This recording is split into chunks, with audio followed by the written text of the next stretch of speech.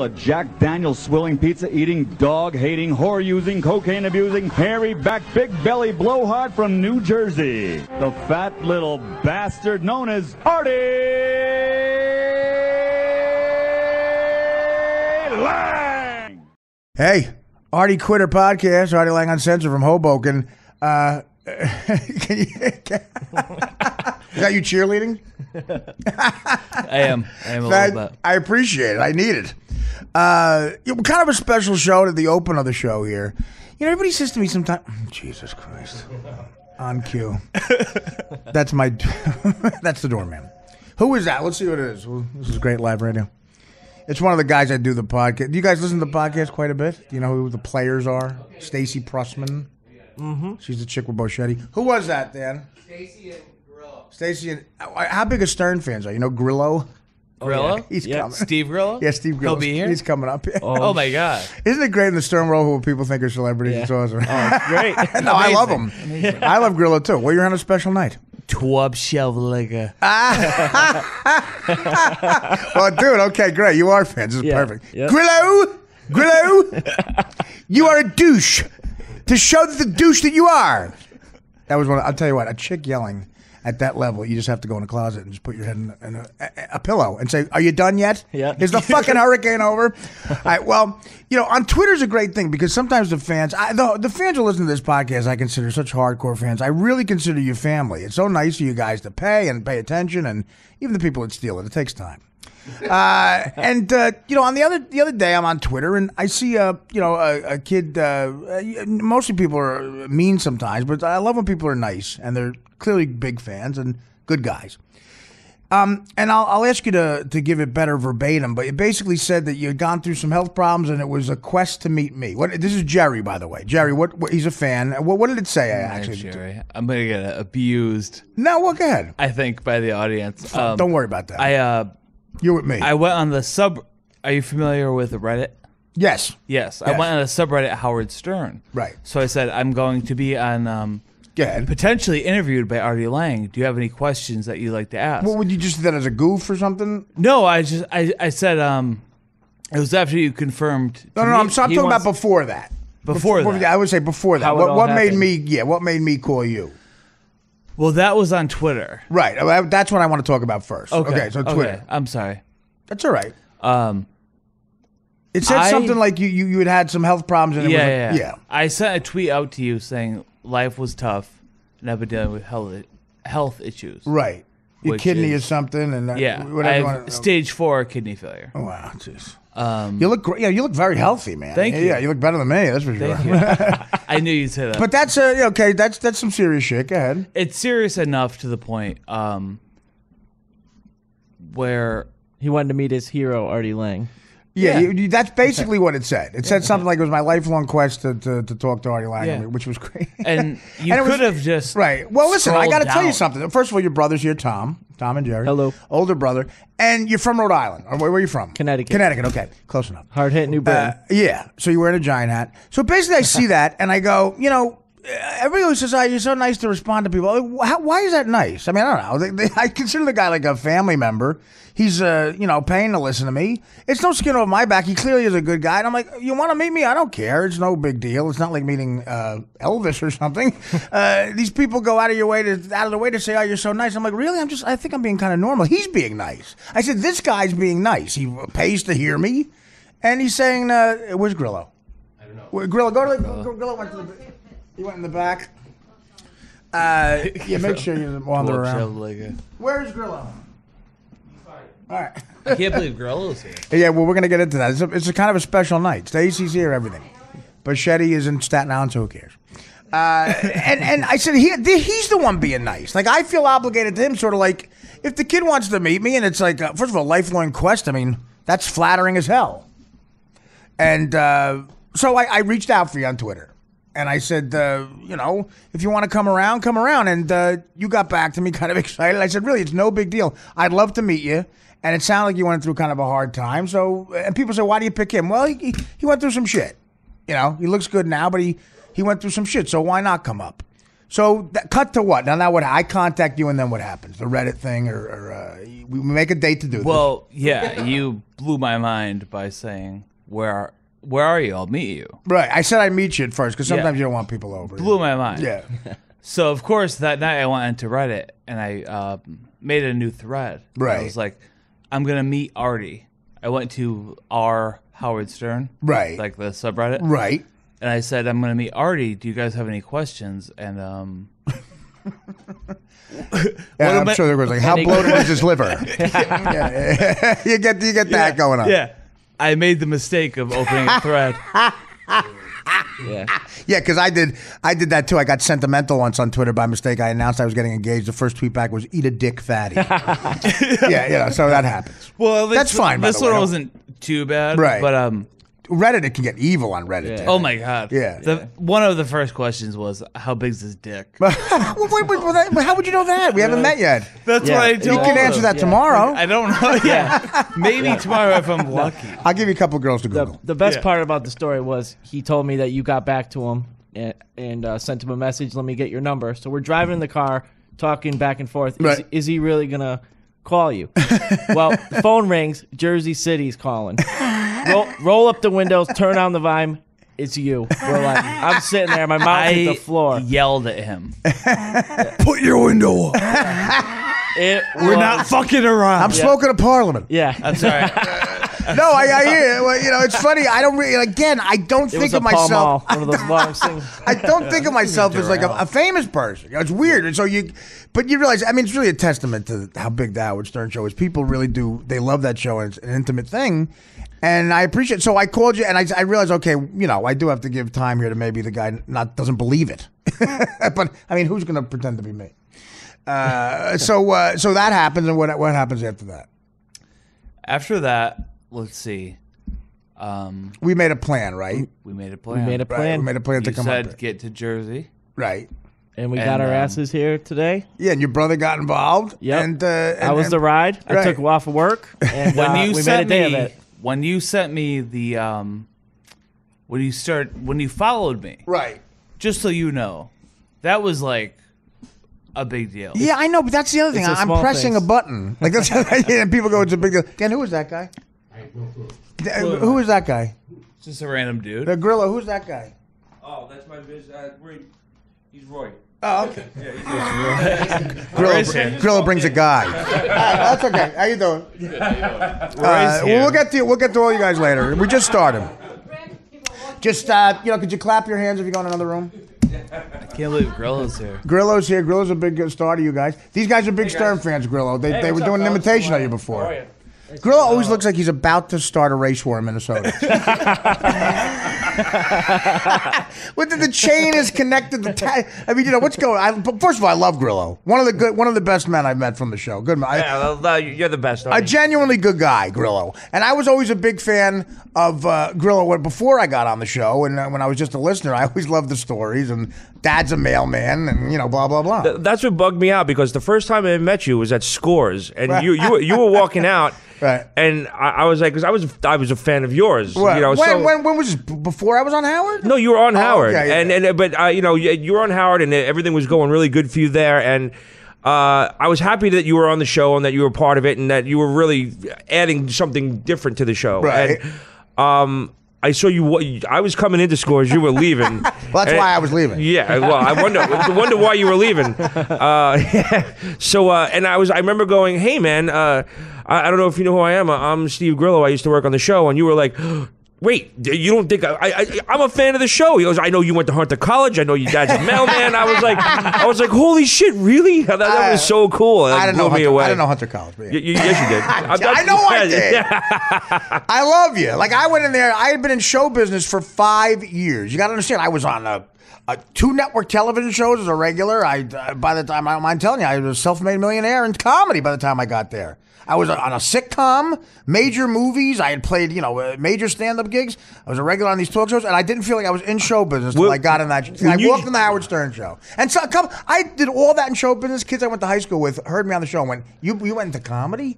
Yeah. Because and the weird thing is when you joined, I actually thought it was like a step backwards for you. No, dude. See, you're thinking like my dumb agents, my stupid agents in California. Like you were just on a network sitcom. You want to do a radio show? I'm like, I wish I could crawl through the phone and hit you with a fungo bat. It's not a radio show. I'm not doing the Z Morning Zoo in fucking Peoria. It's fucking Stern. It's the only show that when you plug stand-up gigs, they put asses in the seats. And a week later, I went from playing the Funny Bone to fucking Carnegie Hall. That guy, real visionary, that guy. You did one of the best revenge movies ever. What is that? Oh, Dirty Work. What? There's Count 'Em on Crisco. That's where you got. There's Sleepers, and then there's Dirty Work. The three of the best revenge movies ever. Crisco. Cristo? Crisco is the oil you clean shit in the kitchen. That's why I love Grillo. Who else would say Count 'Em on Crisco? And he pronounces Dirty Work properly. I would look, hang out with you. Yeah. We'll chill out. Yeah, you guys. I don't want to get in your face. I love you. Though. These are good. This is a love fest. We love you. Grillo, the stuff in the. If you want to finance the feed for the race wars, go. Look at the camouflage pants. If you told me, if you see that guy driving a van in Oklahoma City, you pull him over.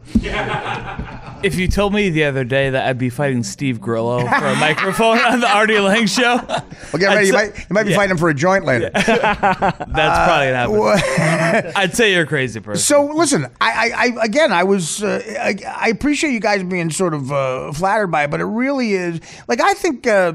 I sort of should do this. It's like, I mean, you guys are the reason I don't have to work for a living. Yeah. I mean, look at this apartment. I'm not going to tell you, this doesn't grow on trees. No. And I got this from not working. My father climbed roofs for a living, and you guys are the reason for it. The least I can do is bring you in here and say hi. If you went through an illness, I feel, you look good, but I feel like I'm obligated to you, And, it means a lot. It really does. It means a lot. And the thing with the kidneys is it sneaks up on you. Oh, I know. So what? So now what? Give us. I mean, talk about it as much as you want, but you're clearly big. You look like a ball player. You look like a healthy kid. It sneaks up on you. Sure, it's very difficult. Yeah. It's. And it wasn't from any specific thing. You think it was just like an hereditary thing, or you just got dealt a bad deck with started at 16. Right. I went to the hospital and they thought I had Hawaiian Punch in a cup. Oh, okay. And I hear you. It was my urine. Right. I hear you. And they said you'll probably have kidney issues as you get older. Right. I think they were expecting it when I got older. So they didn't give you like a diagnosis or prognosis there, right? They didn't know what it was. Yeah. No. Then I went to the hospital for depression. Right. Because of the kidney. What is that? Girl, is that your phone? That's not me, man. What was that? I feel like we're on a talk show. Wish Howard was here. That is the thing about the story. At any moment, it goes off on a tangent. Like, what the fuck is that? Yeah. So you cut the Grillo making his potato, his baked potato. That's one of my favorite stories ever. See, Howard would turn that into like an hour. Of well, radio first gold. of all, if you want to know if Howard's sort of like runs a tight ship, just picture Grillo's hands are shaking because he's afraid the baked potato's not going to be. And Stuttering John's next to him going. You better make sure to make potatoes peeled right. This is a lunatic asylum. Again, better than work though. What kind? When did you guys start listening to Howard? You're 28, you're 33 as a young age, right? I always had it on when I was driving to work or whatever. Right. When it was just on regular radio in Hartford, it was 104. We were big in Hartford. Yeah. I said Howard got big. I'm saying I know from doing stand up there. I played a place called Webster. The Webster. I went and saw you there once. Oh yeah, yeah, amazing gig. What great crowds. Oh, amazing. God. One of those places where like the couch in the green room, if you hit it really hard, enough coke will come out of it to get you 3 to 5 for possession with intent. But look. Some bands played there on the tail end, like Megadeth. Sure. I remember David Mustaine said to the stage manager told me, who was the Metallica guy who then went? Was it Megadeth? The Metallica guy started. The guy who was in Mustaine? Yeah. Okay. What did he start? Megadeth. Yeah. Okay. He was playing there as Megadeth, and it was like half full. It was back on the decline, and Metallica selling out arenas, and he was kind of bitter. But the stage manager said he was all depressed, and he went out there after the halfway part of the show and said, "I got to go be Satan for another hour." Yeah, you got to put the kids through college. Yeah, you got to do it. So that happens. That happens in your life, and then you got depressed, which a lot of people would. Yeah. Based on the illness. Well, I feel like you're no stranger to depression.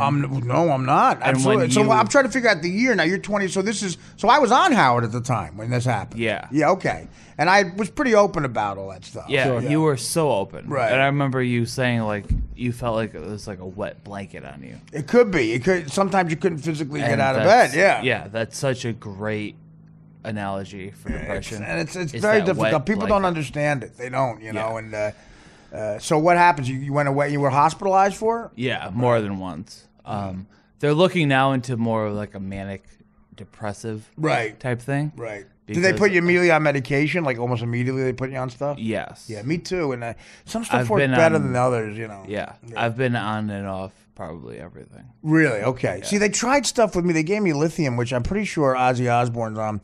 I had a bad experience with it because if you watch Ozzy, like now he does those concerts. Yeah. There's a documentary on Showtime. It's so sad but funny. His wife and kids won't stop shopping, so he has to keep singing those songs in every city in the world. You see his wife and kids shopping at Tiffany's in Beverly Hills. You cut to him in Helsinki like, Mr. Crowley, lend me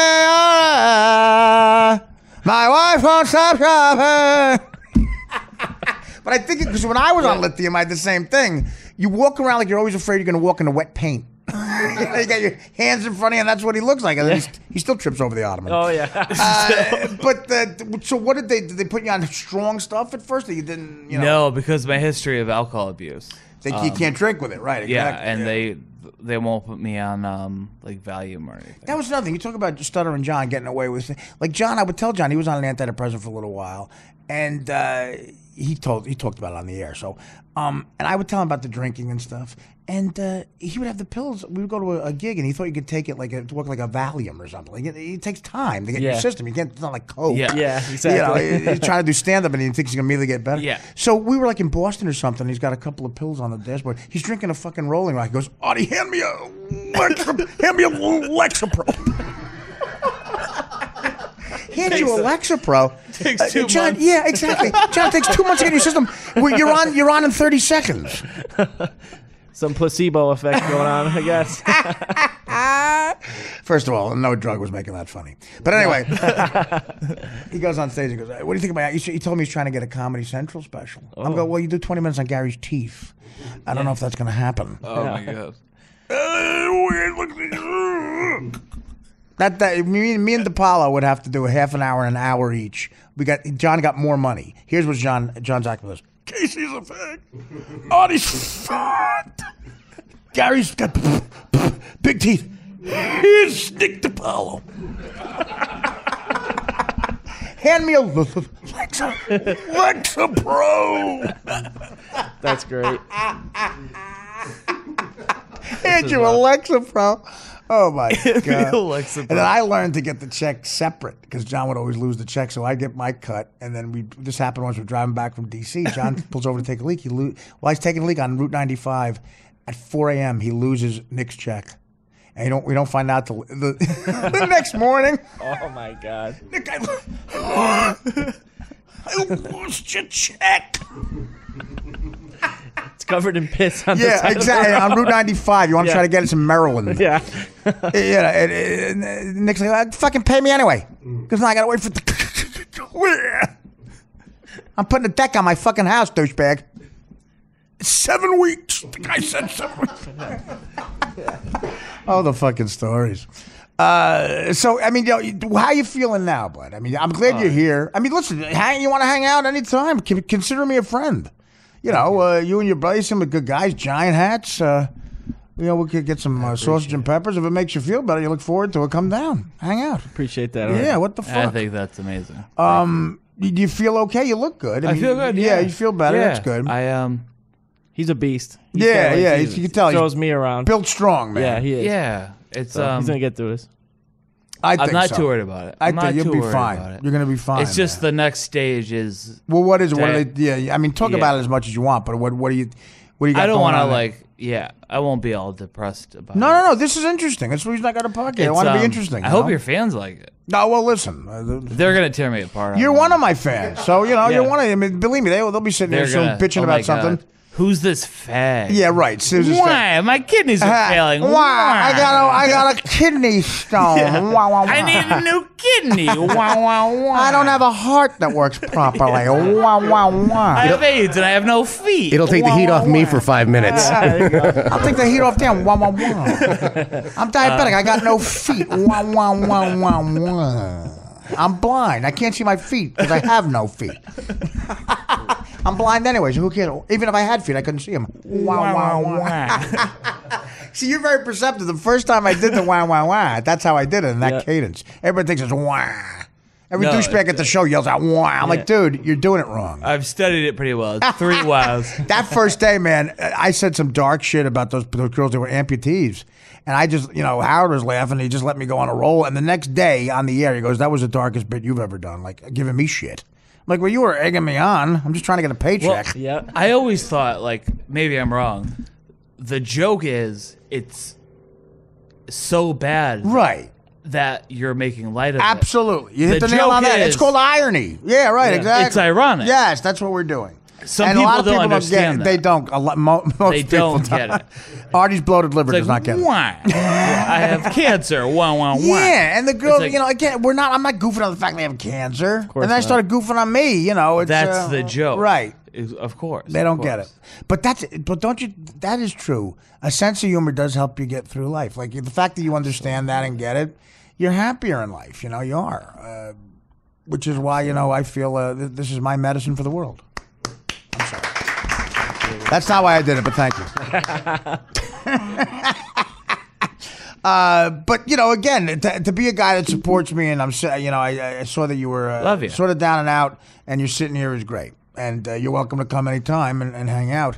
Now, what do you do, Tom? When you work close to home? You still around the house? You married? No, I'm not married yet, but I have a girlfriend I've been with for 6 years. Oh, that's cool. So marriage is around the corner. Is that so? You're gonna marry her? This is the one? Yeah, I think good so. for you, man. Yeah. Good for you. And I run a liquor store, so I'm like, imagine that irony. Perfect. This is the best family ever. Yeah, it's perfect for his alcoholic brother. Irish family. It helps me out a lot. Yeah. Oh yeah, that's like my cousin opened up a bookie store. I'm a bookie. Yeah. Well, you listen in life. What do? You need some help getting through. John Lennon said it. Whatever gets you through the night. It could be booze. It could be whatever. Unfortunately, yeah, right. You prefer booze nowadays. Unfortunately, these kids in Minneapolis are joining the caliphate. Yeah. What the fuck's going on in Minneapolis? That was another stat that most of those kids who go over there are from Minnesota for some reason. I mean, are the Twins that bad? They must be. Yeah, you know what I mean? Why is that? That's so fucking weird. Minnesota, one state. I've said it before. The worst thing to follow on the road is a stand-up. It's a guy a local guy who does local references. You can't follow that, because they laugh so hard because it's talking about one of them. Sure. This fucking kid, he was a hack, but he destroyed. I had to follow him in Minnesota. I'd been on Stern for 3 years, so I was sort of doing well. They were all there to see me, but he's killing with material like he's mentioning people who work at a deli that everybody in the room knows. He goes, hey, you ever go ice fishing out of Lake Guadamantuba and you stop at Ed's Deli first and they got the daughter with the lazy eye gives you the privilone, you're like, what? And they're like, they're hitting the walls. The daughter with the lazy eye. And then the grandmother Amanda comes out and she farts in the house dress. Yeah! The grandmother Amanda. Yeah. I'm sitting there going, why the fuck am I following this? I'm trying to think of Vikings I could mention. Oh, Ahmad Rashad? No. Let's go back to the deli. Yeah, exactly. And he's got the accent. You go to Lake Guadamantuba, you go ice fishing, and you buy bait from that guy at the bait shop. You know Ned's Bait Shop? Yeah. The light on Ned's Bait Shop sign is out, so the E is out. It just says N blank D. For the last 35 years? Yeah. We get it. You're from Minnesota. Try coming to Greenwich Village and doing that material. Yeah. It's a fucking accent. That's then, great. Then you got to meet the guy who owns the biggest Ford dealership in Minneapolis. His fat wife and 3 fat kids. Hi, I'm Ed Davenport. I own the Ford over there. Minneapolis Ford, biggest. Let me know if you ever need anything. You need mats for you drive a Ford? No, not in years. Okay. My son wants to meet you. He works at the dealership. I could have guessed that. Of course. Of course. He's the only kid with a three-piece suit left in America. Here he is. That's my three-piece suit. I wore that at my graduation. Here, say hi to the man. The kid has no idea who I am. Do you know Justin Bieber? No. Do you know Limp Bizkit? Oh, yeah, we're going to join the caliphate. This kid wants to join the caliphate. Talk him out of it, Artie. I said, Artie, I'll talk you out of it. I'm looking to talk him into it. Don't worry, a suicide vest will never fit him. 3 of my sons got kicked out of the caliphate. The vest was too small. I told him sit-ups. Hey, the kid sells a Thunderbird like nobody else, though. The wife there is all depressed. An enormous wife. I was thinking Cankles. That. The whole deal. Yeah. Yeah, my wife's got the cankles. Cankles. Hey, Amanda, show him your cankles. Are you the Amanda that works at the deli? Yeah. Oh, she's got pink eye. Show him your pink eye. Okay. My other son was going to come. He's got mono. He's does well with the ladies. He's got mono. Yeah, he was making out with an ATM machine earlier. You meet the whole Davenport Ford family. Oh, yeah. I run Davenport Ford, biggest dealership. Can you meet this guy first? The opener, we know the opener. He's great. He does all my private parties. And the opener's all bitter. It's like, you follow that motherfucker. All right, dude. You're 38. Move to fucking New York. Nothing's happening. Your development deal isn't coming through. Your Minneapolis show that you pitched. Yeah. What about me? It's me. I go ice fishing. And then I kill and Artie Lang bombs. Ha ha ha. You're still hanging on to that one. Yeah. Then we buy a Thunderboard from Ed Davenport. I'm going to buy my first Jaguar from Ed Davenport. Ford bought Jaguar. Did you hear that? No. I want to get out of here. What are you going to do right now, Art? I'm going to the green room. I'm trying to stick my head in the blender. I ordered a blender. How big of a fan of comedy are you? You like radio? Do you like a lot of stand-ups? Oh my God. Yeah. Like, who's your favorite? I grew up. My mother would take me to Blockbuster. Is that true? Like she would take you out to get comedy? Like your mother specifically wanted you to... She would take me every weekend when I was a kid. That's great. That's a to good get mom. a VHS. Our mom is. Yeah, that's great. Amazing. That's awesome. That's why I relate to you. Right, Close yeah. to the mother. Yeah, me too. Now, what nationality are you guys? Irish. Yeah, good Hey. Irish. Good Irish people. Yes, sir. I love that.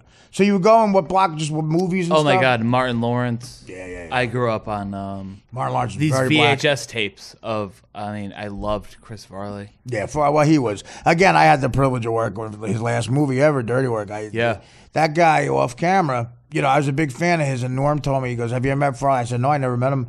He goes, yeah, he's coming up here. He was up there for 2 weeks. And he goes, get ready, man. It is 2 weeks of a hurricane. You're not going to stop laughing. And in scenes, he was right. In scenes with him, I said a couple scenes, well, I'm going to laugh at it every time. And Don Rickles called me a baby gorilla. How am I not going to laugh at that? Yeah. I caught shit for it. I blew 20 takes. And then if you watch the movie, Norm is laughing. Norm never got the take right. Yeah. He never got the take. Honest right. No, he didn't. No, he doesn't. I got it right. And I That's love one of that. our favorite movies. Dirty Work. Well, you should rent the Deer Hunt. And Don Rickles, Don Rickles is roasting Norm as right. Norm I know. in the movie. Well, yeah. It's our best. Yeah. The first take was like, "How did you get a movie?" That was great. You can't insult him as Norm. No. It's his character's Mitch. Yeah. Mitch and insult him. Cut. Mitch, how did you get a movie? Cut. Mitch isn't an actor in it. That makes no sense. No. Bob Saget trying to direct him. What a scene. To be a fly on the wall. Bob Saget directing this shit show. Yeah. Oh, Don Rickles going like Farley going at it. Bob Saget. He said to Saget, he goes, "What are you directing for? You're a Jew. You're in Toronto. Just go back to that stupid video show. A cat fucked the dog. Get $20 million." 6 a.m. That's the energy Don Rickles had. Yeah. Me and Norm are like, we'll never be as funny as this. Let's just go home. Just tape this. Saget's a good guy, though. Yeah, Saget's a good guy. He was there the whole time and would not. He seems like a good guy. Yeah, very good guy. I just have to say this. Personally, I remember hearing about the roast you missed. Yeah, I missed the roast of it. I would love to have gone there. The Saget roast? Yeah. I remember being very upset. I was worried about you. I was obsessed. They were all worried about me. Yeah. Norm thought I died. I remember hearing Norm bombed. And I said, Well, there's no way. Well, he did then it I on looked, purpose. and He was being did it. ironic. Then when I replayed it, It was and actually amazing. saw it, Yeah. it was brilliant. Yeah, it's great. I had tears in my eyes, and people actually thought he bombed. He bombed on purpose. I love how people don't understand that's what he was trying to. I mean, Yeah. he's like, Norm, It's he's going frustrating. to tell those jokes. Like it's so, Yeah, I mean, the jokes were literally like, hey, Vin. The jokes were literally like, what? Yeah, they were, yeah, Gilbert's Well, full of baloney. Yeah, exactly. She's known for being a vegetarian. She may be a vegetarian, but she'll always be full of baloney in my book. Yeah. Yeah, Gilbert's the only one laughing. Stamos is Very like, what's dry. going on? Stamos doesn't know because He's bombing on purpose. He's good doing looking. these old Yeah, he's jokes. got nothing to worry about. You don't get them. It's Amazing. fun. Yeah, it's funny. You know what happened? They were all worried about me. Like Norm and Saget were like, "Well, you're not telling us Artie died, right? Just tell us he died, please, because they want us to do the roast." And Stamos is like the only guy going, "Everything's going to be fine." And then I realized, Norm, yeah, because at the end of the day, whether I'm alive or dead, he's still John Stamos. Yeah. If I'm dead or alive, he still looks like John Stamos. He's still stable. Yeah, he's still fucking Denise Richards. That's that night. fantastic. Yeah, whether I'm dead or alive. He might pause for a second to think about it. Yeah. If I can just say to Norm, because I'll never probably see him in real life, Go ahead. the hardest I've ever laughed in my life was at that Bob Saget roast. He says, "Hey Bob, you got a lot of well wishers tonight, and a lot of people that want to push you down one. A well." How about like somebody? I think Norton gave him shit. And they cut to Norman. He's reading a paper. Yeah. They want to push you in a well. Put you in a well. Push you in one. Oh yeah, he would make. Seems a little harsh, but that's what it says He's a little harsh. on this paper. I had tears in my eyes. I think paper. I think Norm Macdonald is the funniest human Yeah. being alive. Very funny. And hanging out with him was just yeah. unbelievable. Yeah, like it was I very. want him to know that I think that. Like on planes, we'd be on planes together sometimes. Going, we would do a gig in Vegas every once in a while. I'd open for him when we were doing the sitcom, and we'd go to the airport after a Friday taping in just our jackets and cigarettes. We didn't have toothbrushes, and we'd play Hold'em until the night. We'd get there like at midnight the night before our gig. We'd play Hold'em till the next day at 7:55 p.m. Oh my. The guy in charge of the stand-up had to drag us away from the poker table. We had wrinkled shirts. I'd go up and do 20 minutes. He'd do like an hour, and then we'd walk back. They got us a room with a pool in it at the Rio, like one of those crazy Vegas rooms that Dean Martin used to have. We were up there for 10 minutes. We used the place for 10 minutes to sit at the edge of the bed and cough. And went back to the And poker we went back table? down poker. The Yes. second night, same clothes. Had to pull us away, wrinkled collars. We both bomb. Then we played blackjack till the 1 a.m. flight to Los Angeles. I got paid 10 grand. Norm got like something like 40. We both lost like 60 grand apiece. The guy who ran the place said, "You guys come back anytime." Yeah. Yeah, I bet. We were on the plane going back to LA, and Norm was like holding his halter going, This was a discouraging weekend. But it was great. Then we went back and did the lowest rated sitcom of all time. But again, if you like Norm, the show's funny because such talented people are on that show. Like Norm is so funny. I had Laurie Metcalf, and it's just a fun time. A fun time. All right, we're gonna take a break. I'm glad you guys. I want to say I'm glad you're here. Thank I'm you glad for having came. us on here. And I'm glad I saw you on Twitter, and I'm glad we met. And feel free, you consider me a friend, buddy. We'll you want to talk because I go through the same shit a lot of times too. And you're going through a bit of a hard way, but I think you're going to pull out of it. And if you ever think, and no matter where I am in the country, I got my cell phone. Text me. Yeah. And I'm sure the Eastern European whore will understand. They're usually good guys. Yeah. And did I ever tell this story that I was of all places, San Francisco, shooting that movie The Bachelor, and I ordered a massage. And in San Francisco, of all places, 20 minutes later, I shower, I get in my robe, open the door, a dude with a massage table. Was his name Igor or something? A guy. So we're staring at each other for 10 seconds. I got to give him credit. And I go, "Dude, are you going to make me say this out loud?" He goes, "No." That's great. And he walked to the elevator. Yeah. That's great. "Dude, you going to make me say this out loud?" "No." That's great. They said the fucking guy. What do I look like, Greg Louganis? Don't answer that. All right, so are you going to hang out for a little while longer? We got some gluten-free muffins here. Grillo's going to show us how to put a chain on his pants. Grillo. Grillo walks around delivering pizza. It's like the ghost of Christmas past. From a diehard fan, like, yeah. talk about a 2-for-1. I know. He got all Amazing. excited. This is Grillo, awesome. when he saw you, got all excited. Diehard fan. Greg, the Grillo's a good guy. Grillo's one of those Grillo's guys, a you meet him fucking for great 2 guy. seconds, you know. He's Howard busted his balls too much. Yeah. He was a great guy. He's another one doing well on the K-Rock pension plan. We'll take a break, and it's a party, guys. Thank you. Tom and Jerry, hang on. Good to know you. Friends of the show. Awesome.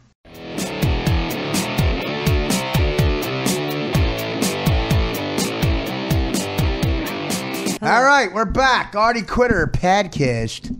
Of course, the great Vinny Brand's here. You'll be seeing a lot of Vinny. He's a good man. I'm glad he agreed to come by. Owner of the Stress Factory, good comic, a friend. What's up, Vin? I'm here. I'm actually. Well, wait, I'm going to give him a special intro. I was okay. I won't. I'll tell you that. Yeah, I'm gonna. Yeah. While you were on your break, I was Right. pushing Stacey's buttons about politics. Okay. Let's do Trump. that on the air. Yeah, let's Trump. do it on the air. By the way, big deal. Another win for Trump in Iowa. All the hookers agreed when they give a guy a blowjob while he's taking a shit, it's now called a Trumpkin. Yeah, and you know, Donald was on a press conference. These are going to be the best Trumpkins. These are going to be the best blowjob while you're shitting ever. They're already saying it's the best ever, and I endorse it. I thank them. Thank you for the hookers of Iowa. A Trumpkin. If you have to shit and you're a businessman, come here. They will blow you while you're shitting. Trumpkin. Ew. The best deal ever. I'm in. It was a Blumpkin. You know that, right? Yeah. You knew it. I would never blow anybody. How did you know that? Would you blow somebody while they're pissing? Maybe. Okay. That gets in the way. Stacey was getting very worked up. She was very. Well, I want to hear this. I can't. That's exactly what we need. But the big guest, a big surprise, a big surprise. Like when Bob Hope would stop by the Tonight Show. Well, maybe not. All I'll say is this. I'm going to do my intro like this. Grillo! You stole fuzzy lifting drink. Tracy Millman was the office manager, and she got into a legendary on-air fight with Steve Grillo. And I did an impression. Tracy's not here, but Steve Grillo is. So, Grillo, I'm going to announce you by going, Grillo! Grillo, there's top shelf liquor, Grillo. All my interns, they know that you're the loser you already are.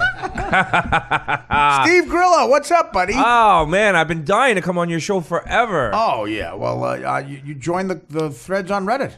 Yeah, no, I'm so happy to be here. What a view you got, man. Holy crap. Well, some of us got paid at Howard. Unfortunately, it's in Jersey. Well, no, I'm in Jersey looking at my favorite city. Oh, okay. I'll give you that. If you look real hard, you can see you riding a bike on 7th Avenue. Yeah. With a pizza. You know what my Or view is? rollerblading. It's a brick wall, so this is a lot better. Well, let me tell you something. First of all, I always say this about Grillo. People give him shit about his look.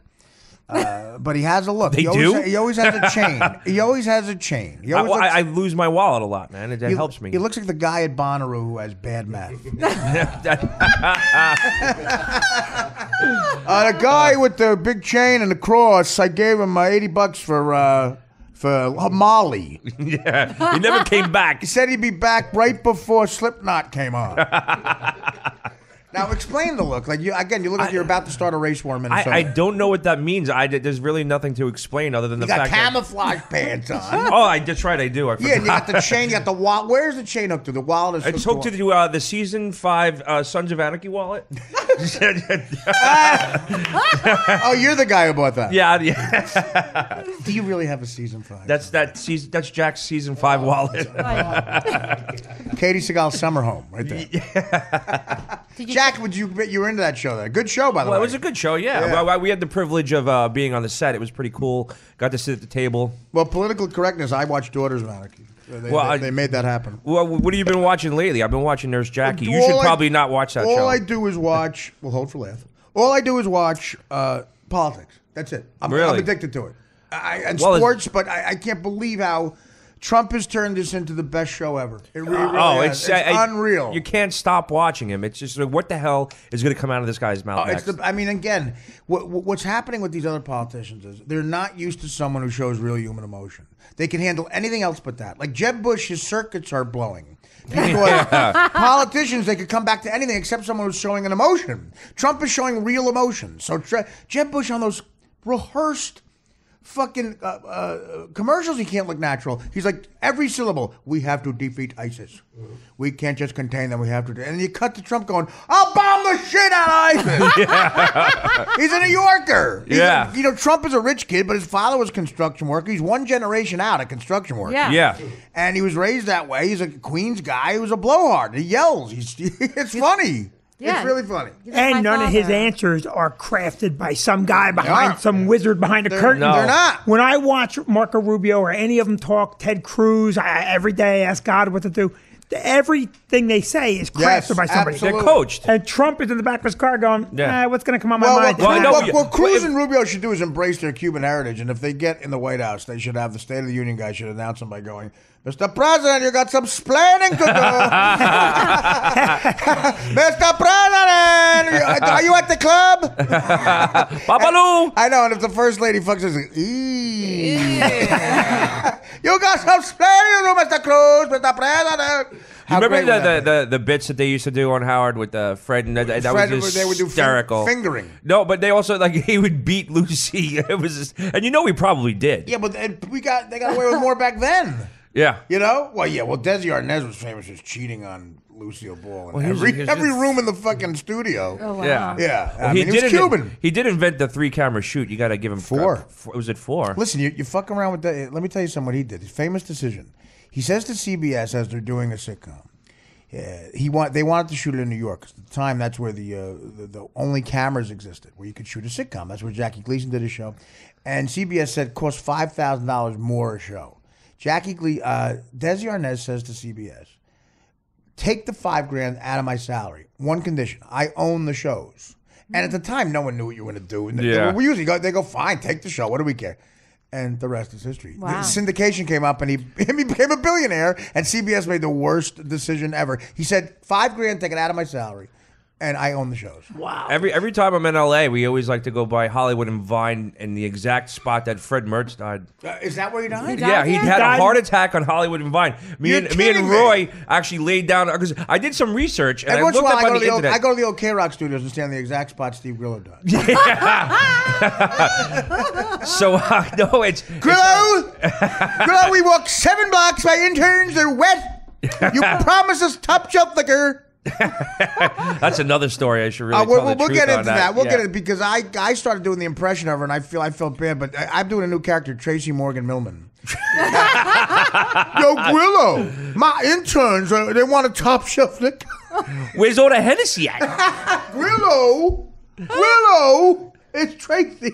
God, that's got an audience of about 5. Yeah. Go ahead. So what happened? So no, he had a heart attack. Steve Grillo telling a story. Hollywood and Vine, and every time Did he we really? go, yeah, The actual actor. the actual actor, Fred Mertz, What which was is his name? William Froehlich. Well, yeah, And William. Famous for Miracle on 34th Street. I looked it up, and you actually there's articles, and you see that we figured out what corner it was, and we laid down on the floor and pretended we were having heart did? attacks. Yeah, You wonder why you didn't get far in Hollywood. Broad daylight? Tell me it was broad it was daylight. that night. It was that night we were pretty Broad drunk. daylight. I mean, it's worse to die of broad daylight. I think middle of the street. Who else is we? You, David And Faustino? Roy, my partner, Roy. People walk by. Go, David- that's Fred Mertz dying. Was David Faustino dying? And no one I cared. didn't know that story. Yeah. What year did he die, William Froehlich? 1911? He was walking. He was walking somewhere. You could look it up He's on. walking. Google. His career didn't go well. Yeah. Wait a minute. So, here's the thing. He's famous for one other movie, one other thing, Miracle on 34th Yeah. Street. And he's always an old guy. He's old in that, too. But I always thought he was miscast because Ethel seems so Much younger than Young him. pussy, yeah. Yeah. Well, miscast. Well, That still happens in Hollywood. Yeah, you doing logic with that, Joe? You watch Modern Family. I don't understand. A Cuban guy in 30. Lucy, yeah. You could see in some episodes he was like having DTs. He was like shaking and stuff. You like got that. some splaining to do, President Cruz. How old was he when he died? I don't know. 78. Oh. I read that out. Oh, really? You just looked it up? That was 1978.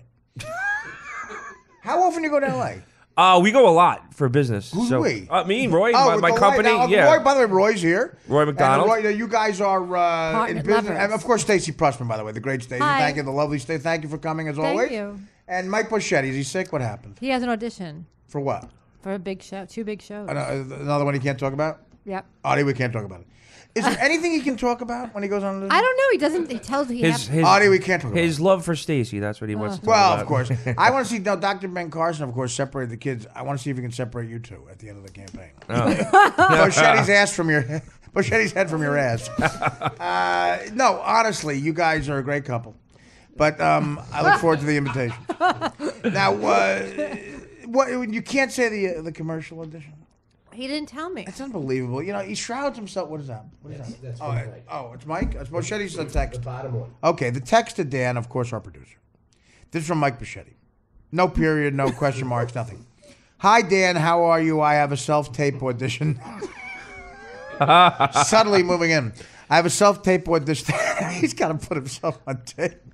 A self-tape audition. I never heard of that. Yeah, that's when they go, there's no room for you in the waiting room. Yeah, or we just don't want to see you in person. That was my joke. Oh. Hi, Dan. How are you? I have a self-tape audition. I just picture him like trying to say, it's got to look good. I can't make it look like it's bad. Self-tape audition. Just say I have an audition. His mother's gonna tape him. Oh, the poor woman. Hopefully she'll be sitting by the foot of the Lord soon. Hi, Dan. How are you? I have a self-tape audition tomorrow for a guest star. It's a huge role, 4 scenes for a Comedy Central pilot. When I have real early audition for Jim Gaffigan show early Friday morning. So I really need to get ready for both of these things. Can't make it tomorrow. Tell Artie I say hi. How do you think Mike gets ready? Well, first of all, what happens is he puts the plates under his bed. His mom gets them. He eats in real plates, no paper plates. His mother brings him real plates of ravioli. When he's done, he puts the plate under the bed. Well, he eats in his bedroom? With the silverware. Yes. Don't you read Variety? He puts the plates under the bed, and eventually, after like a week after his mother's whatever illness she has goes away, she goes and gets the plates. Oh, man. So they sit under there for a couple days? Yeah, so the ravioli gravy gets caked on. Oh. Yeah. Really, Artie? Yes. You know this. Come on. You know it. I've never. Grillo! When he comes to my house, I always sit him down at the table, and I've made him. How long food. does that take? Does he put the food when he's done underneath the table? No, I serve him like a human being. No, but he puts it down and that's what he does. Oh, that's terrible. I saw him at the Comedy Cellar eat with his fingers an entire meal. Couscous. Artie goes, bread. He goes, Artie, bread's the enemy. I said, what do you, because it was on the act. It was Artie, bread's the enemy. I go, well, forks are as well? Yeah. What did forks do? Eating with his family. Like, what are you doing? Are you trying to get in show business? What are you doing? You look like the Kraken. I had a really... You're good friends with Mike. I had a date with this really hot girl, and... The story's already bullshit. Yeah. Really, Steve? No, and I don't know. She went to the bathroom. She came out. And she never came back. No, whatever she was taking must have kicked in. You're kidding, man. And you mean no? I thought you meant taking a shit. No, whatever she would Pills. took pills, whatever. So I never get. She got the date with Steve Grillo prepared kit. in case of emergency, break glass. Like, when is this kicking in? He doesn't look like. Yeah. He doesn't look like Marco Rubio yet. Yeah. So she was eating steak tartare. Oh, and it fancy. kicked in. My God, I And wish I had tape of this. She went from using the fork to just trying to throw it in her mouth. Yeah. So Did she begin like Russell Wilson at the 1 yard line? I had to. So now I got to get. I'm just gonna throw it in. Yeah, I got to take her out of the restaurant because she's dipping out. So I drag her. What was she on, Molly? I have no idea. I'm Anti-Steve Grillo drugs. anti-Steve Grillo pills. You have anything that'll make Steve Grillo look like someone else? I had to bring her home, and she had a 6th floor walk up. I carry her up the 6th You floor gotta be walk kidding me, dude. If a chick's that rude to you, she takes something before day, you leave her on the sidewalk. So wait, it gets better. So I bring a 6th floor walk up. I bring her up to the apartment. Grillo! And she Grillo goes on the 6th floor. She goes, will you just sit with me for a while? So I go, okay. So she got her head on my lap. She's got no TV. You gotta be kidding She's me. out. So I go, hey, do you mind if I play with your boobs? She goes, wait, okay. you talked in that voice too? No, you realize you just did it's her voice. addicting once you're. He did both voices. He forgot he was doing that voice. Then I said, "Can I play with your boobs?" Then she said, "Sure." And, yeah, That's Steve's sex voice. not like she turns into Jack Klugman. That's the drug. You get a high voice. That's what happens. Yeah, it's very. Then addicting. I said, "Can I use your bathroom?" She said, "Sure." I just took a shit. Yeah. Then I said, I've got a lighting company. Do you want a card? Yeah, why? I just opened a nightclub. Then I said, do you mind if I take a few hours to attach the chain in my pocket to my wallet? I don't care. Are you in the militia in Minneapolis or something? Then I said, I've got to deliver a pizza tomorrow at 8. Can I leave? Then she said, I guess. Then I said, Who's high pitch? Then I said, does my hair look good like this? And she said, what hair? Then I said, when we go to Hollywood, we lay down on the star where Fred Mertz died. Then she said, who the fuck is Fred Mertz? I want to rip your dick off with my mouth. And I said, did you even realize you kept doing the voice? We gotta get the tape. We gotta isolate that. Then I said, hey, can I play with your tits? That's what he really said. You said that, Steve? Yeah. He forgot he was doing. I love Grillo. He's been here for 30 seconds. The funniest 30 seconds in the history of the podcast. Wait. We'll find that another show. That is so fucking funny. That'd be a good drop. You could use it like A good drop. Look at you like. You say that in front of the chick like radio talk. Yeah. Did you just say drop? And then I said, we've got a hard out in 8 minutes. She said, did you go to the Connecticut School of Broadcasting? 2. Yeah, I said I got a scholarship to the Oh, that's great. Steve. You're welcome. You're welcome. No, welcome. What happened with the rest of the date? That was it. What do you think? I played with her boobs and then I went home. Then I said, why are the cops here? Yeah, that's how Cosby got in trouble. You shouldn't have done that. Yeah, you can't touch a woman. I asked her. She said yes. I asked You her. can't touch a woman when she's high or drunk. You have the right to remain I silent. carried her up 6 flights of stairs. I Yeah. thought she was plenty coherent to answer this question. Exactly. Then I said, the cops are here. Yeah. Then I said, officer, can you read me my rights?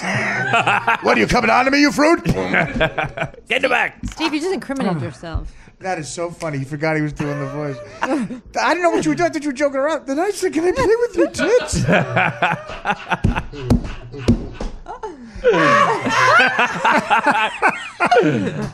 Oh, he's the best. So fun. This guy- So I guess you'll have me back. Of course. Let's submit this for a Peabody. For an Emmy. We're almost as funny as that Chicks Fucking Guys podcast.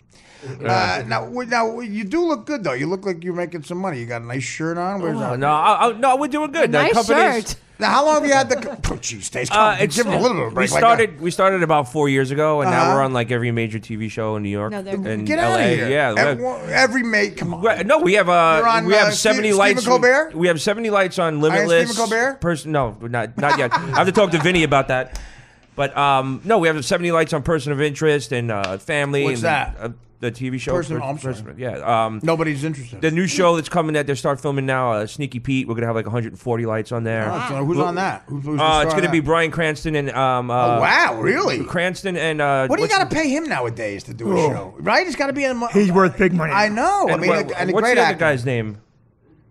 Alan Alda? No, Giovanni Ribisi. You're kidding. Well, him you get for $5. Yeah, well, But Mod Squad didn't do it. it's Cranston's. Cranston's a big fucking deal, man. It's his show. Good for you. Yeah. So and we're coming out with home LED lights now too. It doesn't sound like you should have to charge me for the stuff you're going to do for me. Yeah, It well, sounds like you're doing Vinny's plenty a well. good We're businessman. just starting to get big. Then I said, Vinny, we are charging. Then I Charge said- you double now. Then I said, Mr. Cranston, have you seen my real tape? Perhaps you heard of Tony and Tina's wedding? Your grandma said I'm the guy who sold you coke in the bathroom. Boy, you were back. you were a good actor. No, I really was selling you coke in the bathroom. Now, were you in that play? Of course, Grillo was in Tony and Tina's wedding, a big deal in the 80s. It was when they reenacted. This is what it was a big deal for a while. They reenacted an Italian wedding, and you interacted with it. The audience was like, you were part of the whole thing, and the actors, improvised. We did the Jewish version. We did a Jewish. Did you really? Yeah, we Grandma did Sylvia's funeral. It was a funeral. Oh, that's right. He played the drug dealing cousin. I was a slutty cousin. It was Stuttering John Career's funeral. No, that was. Shit. Oh wait, that John was in something. John He was in Yeah, he was in Tony Tony and Tina. right. Yeah. Okay, is that how you met? That's how I met Stacy. That's How'd you how get we on the met. Stern Show? I was wrestling for Hunter College. And You wrote that letter. You wrote What that letter. weight and class you in? I was 125 at the time. No, you were I got what weight a class? You were waiting for someone to die. Yeah. What so, happened? So I was really? I didn't know that. and I was a fan. I listened. Sure. And I always thought that they were in Jersey for some reason. You were really dumb. And I How heard. did you think they were in Jersey? I had no Stern idea. Show was in Jersey. Well, I had no idea. The TV show was. Well, that's why I figured they must have done the same thing in the same spot. I don't know. Yeah. So I heard Howard announced the address one day. It was 600 Madison Avenue, and Hunter College was 10 blocks down. Right. So I was like, I holy remember, yeah, that's I right, was the like, campus holy center. shit. Yeah. That's really close. So I literally. Wait. Oh my God. So then I went down the block, and I went up in the elevator. I said, "Hi, Mr. Howard." And all of a sudden I'm standing in the lobby like 10 minutes later, and I'm like, holy shit. And I remember there was a behind the door, there was that ugly green fake plant that was there. Yeah, that was Ronnie. Yeah. More or less. Who are you? Yeah. And I just said I thought that's where I was supposed to be. I had to get past that You mean plant. in life? Yeah. Like it was a the plant was a metaphor for you have to get past that a plant. metaphor for all the challenges in life. Yeah. For you, it was a green plant. And then I sent fake Gary. one. I sent Gary like a professional letter and a resume, and I didn't hear anything. And I said, they must get that all the time. So I hand wrote think? something but back then, not really. They must get it all the time. Well, every show did. If you were on the air in New York, people wanted to be there. I went in my notebook in class and I wrote a handwritten Your note. notebook, his notebook. And I purposely made it look as pathetic as I possibly could. I ripped it out. It was a spiral notebook, so it had all the frayed edges. So what'd you do? Just pick a and page? Then I pick just, any page? Yeah. And I. What do you mean pathetic? How do you make it look pathetic? What I do you kept do? all the frizzies on. When you rip it out of a spiral. When you rip it out of a spiral Imagine notebook. how archaic that sounds to a kid now. The frizzies. A Yeah. kid with third grader with an iPad. Yeah. The frizzies. What, Dad? You kept all the frizzies on? The frizzies. And I dropped it off, and then I The fact actually. that you call it frizzies. Yeah. Well, what are you gonna call it? I don't know. I don't know.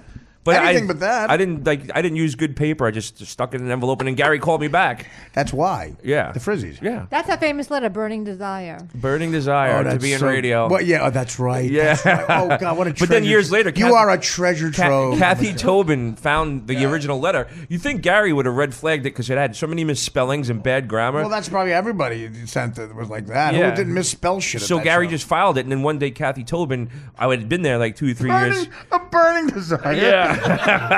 I got a burning desire. It worked. I got a burning desire. My desire. Something's burning. It's not your potato. It's God, my God. desire.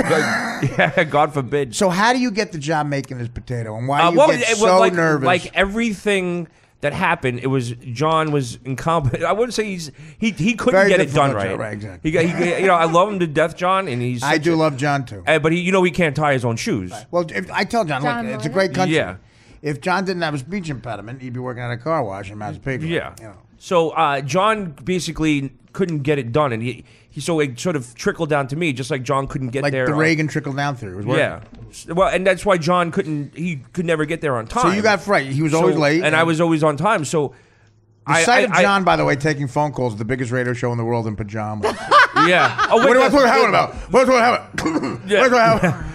The best was he didn't brush his hair, so he used to get didn't? he used to get dreadlocks. Ew. Yeah, and, But then- and then it was he like got- that gross, like that white person hair dreadlocks. You got to get your hair Ew. filthy. And then when he goes, Grillo, brush my hair. I went, no, I'm not. Wait brushing a minute, my he hair." asked you. Yeah. Who Did was you he, get this, Richie Nana? Sambora? So, but he used to get all the other female interns to brush his hair. That's unbelievable. Yeah. He would just have them brush his hair. Yeah. Give me a massage. Give me a Who did massage. that? Get a Snoop Dogg video. Getting it curled. Yo. Sipping on gin and juice. Laid back. That's right. So he would do that. But he was a big deal because he was on the air. He had balls to ask those questions. He was a rock obsessed. star. He was obsessed with because the office was Gary's desk was here, and then there was another office, and then there was Howard's desk. And Howard used his desk for the 20 minutes before he went on the air. Right. And then after Howard left, John sat in the desk, and you were not allowed to sit in the desk if John was there. Of course not. So like it was a big deal. Get away. So Only two people sit in. my first day, I almost got into a nose-to-nose brawl with him because Right. he walked in and I was like sitting there with like my head down on the desk waiting for Ronnie to call. Mr. Efficiency. Because he was late, and he goes, "Get the fuck up," and I go, No, Get the fuck up. I said, you mean please get up? He goes, no, I said get the Oh, fuck look up. at you, man. And I went, no, it's please get up. Did you really? Were you really standing up to him? Oh yeah, but my Yeah. first day. Right. And he goes, if you want a fucking intern, I fucking wipe Yeah, the he floor really with is. you. John had that Like- retard streak, man. No, I wouldn't want to get into a fight But no, I with mean, him. You people gotta hit would it. fight him, but he got that retard streak. You gotta be careful.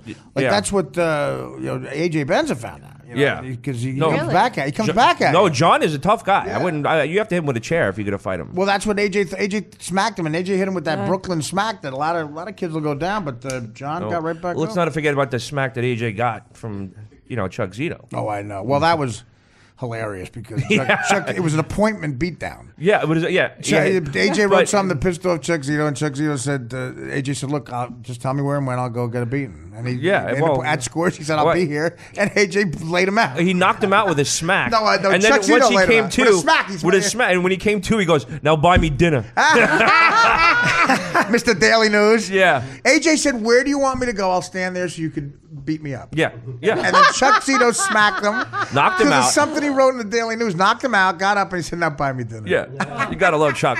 Are they they're best friends now? No. Yeah. No, AJ's Chuck a good Zito's guy. not someone to fuck with. Not at all. So what happened? So of course you make history in radio, and then what happens? My biggest disappointment was I missed you. I missed. I would have loved to work. How with long you. were you gone? by Yeah, then? you and me back in the day would have caused some real It damage. would have been Oh, bad. you didn't work together. I didn't work together. He had already gone on to Hunter College. No, I actually, you know what? Before 9/11, I was like on The Sopranos. I worked on The Sopranos for 3 years. That's right. What'd you do? I was there? AJ Stand-in. That's right. And by the way, we're You good, AJ's friend? Stand-in. we're good friends with him. Yeah. By the way, we're good friends with him. Oh, I love Robert. I still talk to me him. and Robert are. Dan, jump in here. Robert, right? Yes. We're great friends. He lives right across the street. He's here all the time. Oh, is he really? As a matter of fact, Tell him Robert hello. listens to every show. Robert, come on in and hang with Grillo one night. Yeah. Oh, yeah. Robert Eiler. Love Robert, but it was because of those connections that I made on The Sopranos that really helped my company Who now. else? Well, who else? What? On The Sopranos, you got Robert. Who else did you make connections with? Oh well, whether it was, Gandolfini. well, talking about like John Oates, who was the gaffer. Who? The gaffer on there, John. Most of the the crew, gaffer, like yeah, right. like the crew people. But Edie Falco, we went to the set of Nurse Jackie, and she That's great. stopped and she was like, looked at me. I go, Steve Grillo, AJ Stanton. Oh my God! They come over and ran so you over. made a gave lot me of big headway in hug. 25 years. Yeah, Nurse Jackie. Oh my God. yeah. Well, So- listen, I love you. What is that? You can rip. Okay, well, let's hear the audio. He has the audio of your. Oh, that's great. You forgot you did it. You know what though? I probably did say it like that to her. This is Steve Grillo telling the story and he's doing the girl voice, but he forgets to not do the girl. He forgets to stop doing the girl voice when he does his part. Go ahead. She Get goes, out on the 6th floor. She goes, will you just sit with me for a while? So I go, okay. So she got her head on my lap. She's got no TV. You gotta be kidding She's me. out. So I go, hey, do you mind if I play with your boobs?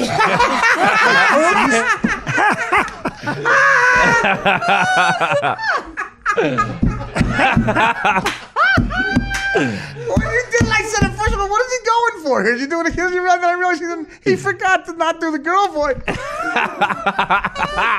I'll play that again. No, give me 1 minute. I'd rather just play it forever. It's yours, Artie. You can have it. Thanks for having me on. I love Grillo. Grillo is just naturally funny. I found a picture of him today. Who is that? Oh, Me that's and us and Steve. Grandma Let me Sylvia's. see. This is how long ago is this? Oh God, 95. Wow. Look at Steve. He looks so young. You look exactly the same, Stacey. You look Oh, very young. Stacy thank looks you. the same. Now, She who's actually that? looks. She looks better now. Aw, Her boobs and thanks. ass got bigger. You look They like look a great. pre-aged Charlie Sheen. Who's the chick on the? All the way- Kimberly. Kimberly Look King. at the tits on her. She has big tits. Yeah, she's a big girl. Yeah. We're still good friends with her. Are Yeah. you? What is Yeah. she doing now? You 3 to do look 5? good. She lives in Atlanta. Atlanta. Her husband is a She lives in the dolly ATL? grip. Yeah. A dolly grip. Well, listen, a dolly grip down there. You cannot get work in Atlanta. Well, here we go. You ready? The 90s. Does she work for Ludacris videos? No, I don't think she works. Okay, here we go. And she Get goes, out on the 6th floor. she goes, will you just sit with me for a while? So I go, okay. So she got her head on my lap. She's got no TV. gotta be She's kidding me. out. So I go, hey, do you mind if I play with your boobs? Wait, Do you mind if I play with you, Boo? that is amazing. Trump's like, we're going to make America gay again. I think we need a gay president. Oh, God. All right. Well, listen. Thank you for coming here. My pleasure, As man. always, you can leave. No, of course. So, Vin, what's going on? But me and Vin have a big night tomorrow. And I think I'm coming tomorrow with Are you? Valdestri. That's awesome. John Valdestri. You got to let me know that. Yeah. Well, I'll let you know right now. All right, when you early, late? When you coming? I don't know. I'll figure it out when it happens. Arguably my favorite club in the world to play, the Stress Factory in New Brunswick, New Jersey. I'm doing a Super Bowl weekend this weekend. Tomorrow, 2 shows. Saturday, 2 shows. And come out. We're gonna have. I can't wait to go. What are you doing for the Super Bowl? Sunday, I don't know. I'll probably be around here somewhere. Why? What are you doing? I got nothing to do. Oh yeah. Well. I walked into that one. I have a party at my house, but I'm a little afraid to have you there. To be honest with you. Hey, can I come over? Can I touch your tits? Who is this? A hot chick? Vinny, can I play with your boobs? What are you talking about, Steve? Hey, Art, what are you doing for Super Bowl? I have nowhere to go. Do you need a pizza? I do make some good pizza. I know you do. You always work for a big. I get you pizza and some lighting for your dolly grip. That is great. Yeah, so you do a big party at your house, though, Vin? I do a big party. Yeah. And it's all normal people. Vin's What does that mean? Normal. What does that mean, Vinny? I'll tell you what that means. All right. No middle acts? I invite actual friends, That's and right. some of them might be comics, Right. but it's not a what I call a starfucker party. Right. Where it's just I got to see who's at my party, and we had Patrice O'Neill come one year, which is it's a great story because Patrice never went anywhere. It was the same year Patrice O'Neill and Keith Robinson came to the party.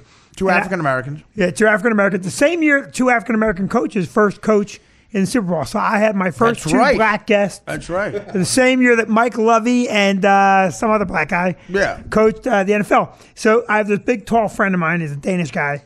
And Patrice comes to the door. He's in a full leather coat. Yeah, Patrice And my used to wear Danish- a ankle-length leather duster. Yeah, and Patrice just has that scowl on his face. And my friend answers the door. He's never seen a black guy at my party.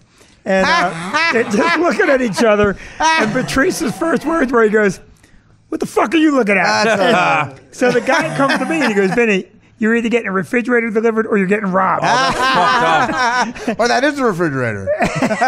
Perry. He did like a refrigerator Perry from a distance. But it's a good party. And I'm sure Vinny's one of those guys, generous. He knows how to throw a party. And we'll be throwing a party Friday and Saturday, 2 shows each night. And then that.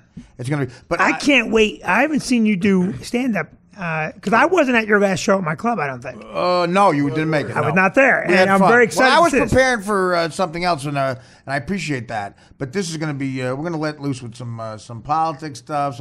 First of all, I'll be doing Steve Grillo's date the entire time. I'll be doing a voice. Hi. 2 guys walk into a bar. Get out on the 6th floor. She goes, will you just sit with me for a while? So I go, okay. So she got her head on my lap. She's got no TV. You gotta be kidding She's me. out. So I go, hey, do you mind if I play with your boobs? You broke into a little bit of Mitch Fatale there. Yeah, I know. That's what you wanted to.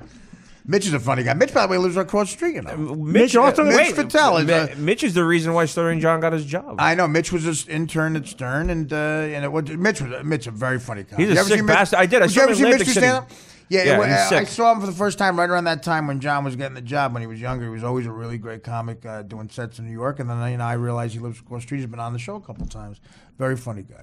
But so how long were you actually an intern there? From 91 to almost 98. Oh my God. Now, you in the Radio Hall of Fame? You should be, man. You Well, should be. In mine, you are. Well, well, thank you very much. Yeah. But, he did dedicate a second book to me. That's right. That's right. Wait, how And you get paid during that time period? No, that's why I left. It's all free. It cost him 40 Well, grand. I'll never forget because How much did it cost you? 40 grand. yeah. That's amazing. Well, I mean, so- that's but just you amazing. always It say is. that I went to the Harvard School of Radio. Right, right. Look what it did. You're hanging Look at lights. me. Yeah. Yeah, it served you well, but that's a Yeah. long time to. Well, A lot of people go to the Harvard it was School about to lay down on Fred Merch's fucking star. It's the day that Tom realized I wasn't getting Tom Chisholm. paid, I wasn't getting credit at school because as an intern, you're in lieu of pay, you get credit at school. Right. I stopped getting credit like after the first 6 months. What school? You go to medical school? What school? So you're just there to hang out, I make was just connections. lucky. Make I was lucky enough to be there, and it was during the best time he ever had on the radio. And one day, Tom. thank you. Yeah, sorry. Yeah. I guess 90. Much I better guess than this. Yeah, that's your opinion. 90% of Twitter disagree. So Go ahead. he realized that he calls me into his office. He means Tom Chisholm. Tom Gisano. He looked like he'd seen a ghost, because he would have got in trouble if I decided to pull the trigger and sue them, which I could have. Why? And he goes, Why? Wait a minute. So what are you going to sue them for? I thought that because was your fault. you know how no. It's his responsibility to know that I'm not getting credit. That I'm a free employee for 5 years unnoticed. Right. So he was like, he looked like he'd I'm seen a free. Think about insignificant. Yeah. I'm working here for free. Yeah, I was there for And you free. were out of school at that point. Yeah. You should have called him up and said, Tom, and plus I'm a woman. This is harassment.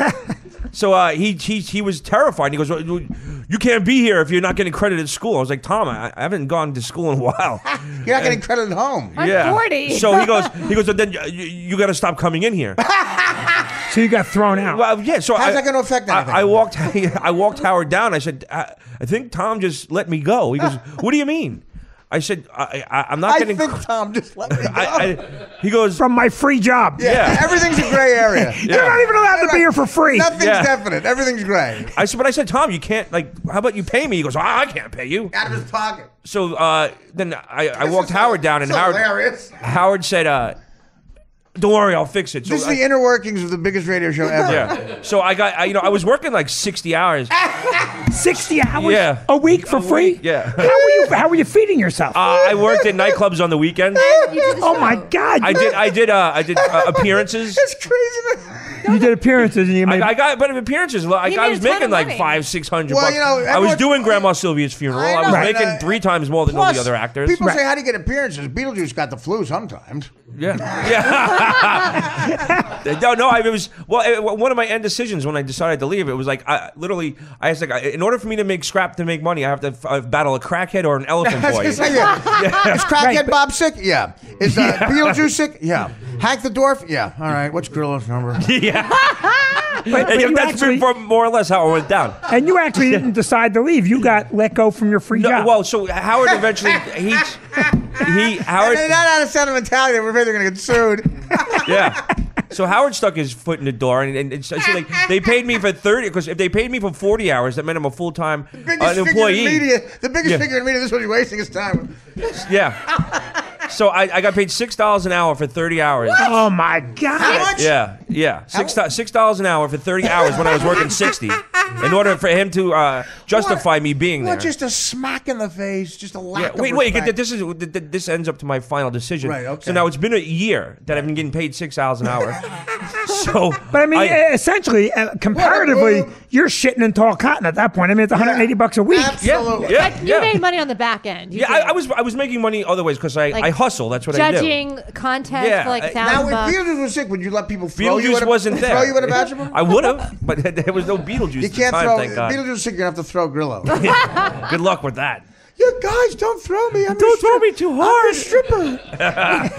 So I go to Tom after a year and I said, listen, it's been After a year. After a year flew by. I was vacationing in Ibiza. You got free vacations too. You and Julie. No, I did. I had to work for Free it. vacation. After they started paying me when they went on vacation, I had to come in. Where's he going on vacation? Newark Airport? No, you had all those free things. Remember, you and Julie went away. Oh, yeah, but that was, Stace, don't bring up positive stuff. Okay. Sorry. Grillo, your So- free vacations. So I sit down with Tom and I said, can I at least Tom's get paid worst nightmare. 40 hours a week so I can get like health insurance? Can He I at goes, least get paid what the guy at Burger King in Iowa makes? yeah. So Tom goes, you're not getting paid for 40 hours a week. I'm not giving you health insurance. Oh my God. Die. That's like an And- immigrant yeah, story. So I go, I said, Tom, I'm working. Angela's ashes, they were better off. I said, Irish people off the boat from Brooklyn were better It's off. more or less the same story.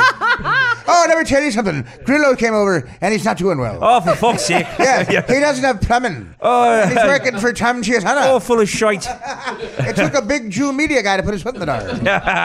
So I go, I'm working 60 hours, Tom. I was Cousin like, Grillo's not doing well. he goes, well, guess what? From now on, you have to leave at 11 o'clock. And I said, what about a raise? He Do goes, you hear Cousin Grillo talks like a woman? oh, for fuck's sake. What was minimum wage? It was basically minimum wage. It was like six. At the end of the week, Grillo owed Howard $200. More or less. So he goes, Kathy Tobin, Howard's assistant, goes, yeah, Howard didn't get the 200 this week. We're gonna have to hunt you down. He's putting a hold on the Cayman Islands. Steve, you can't work for Did free. Grillo's fucking money come in yet?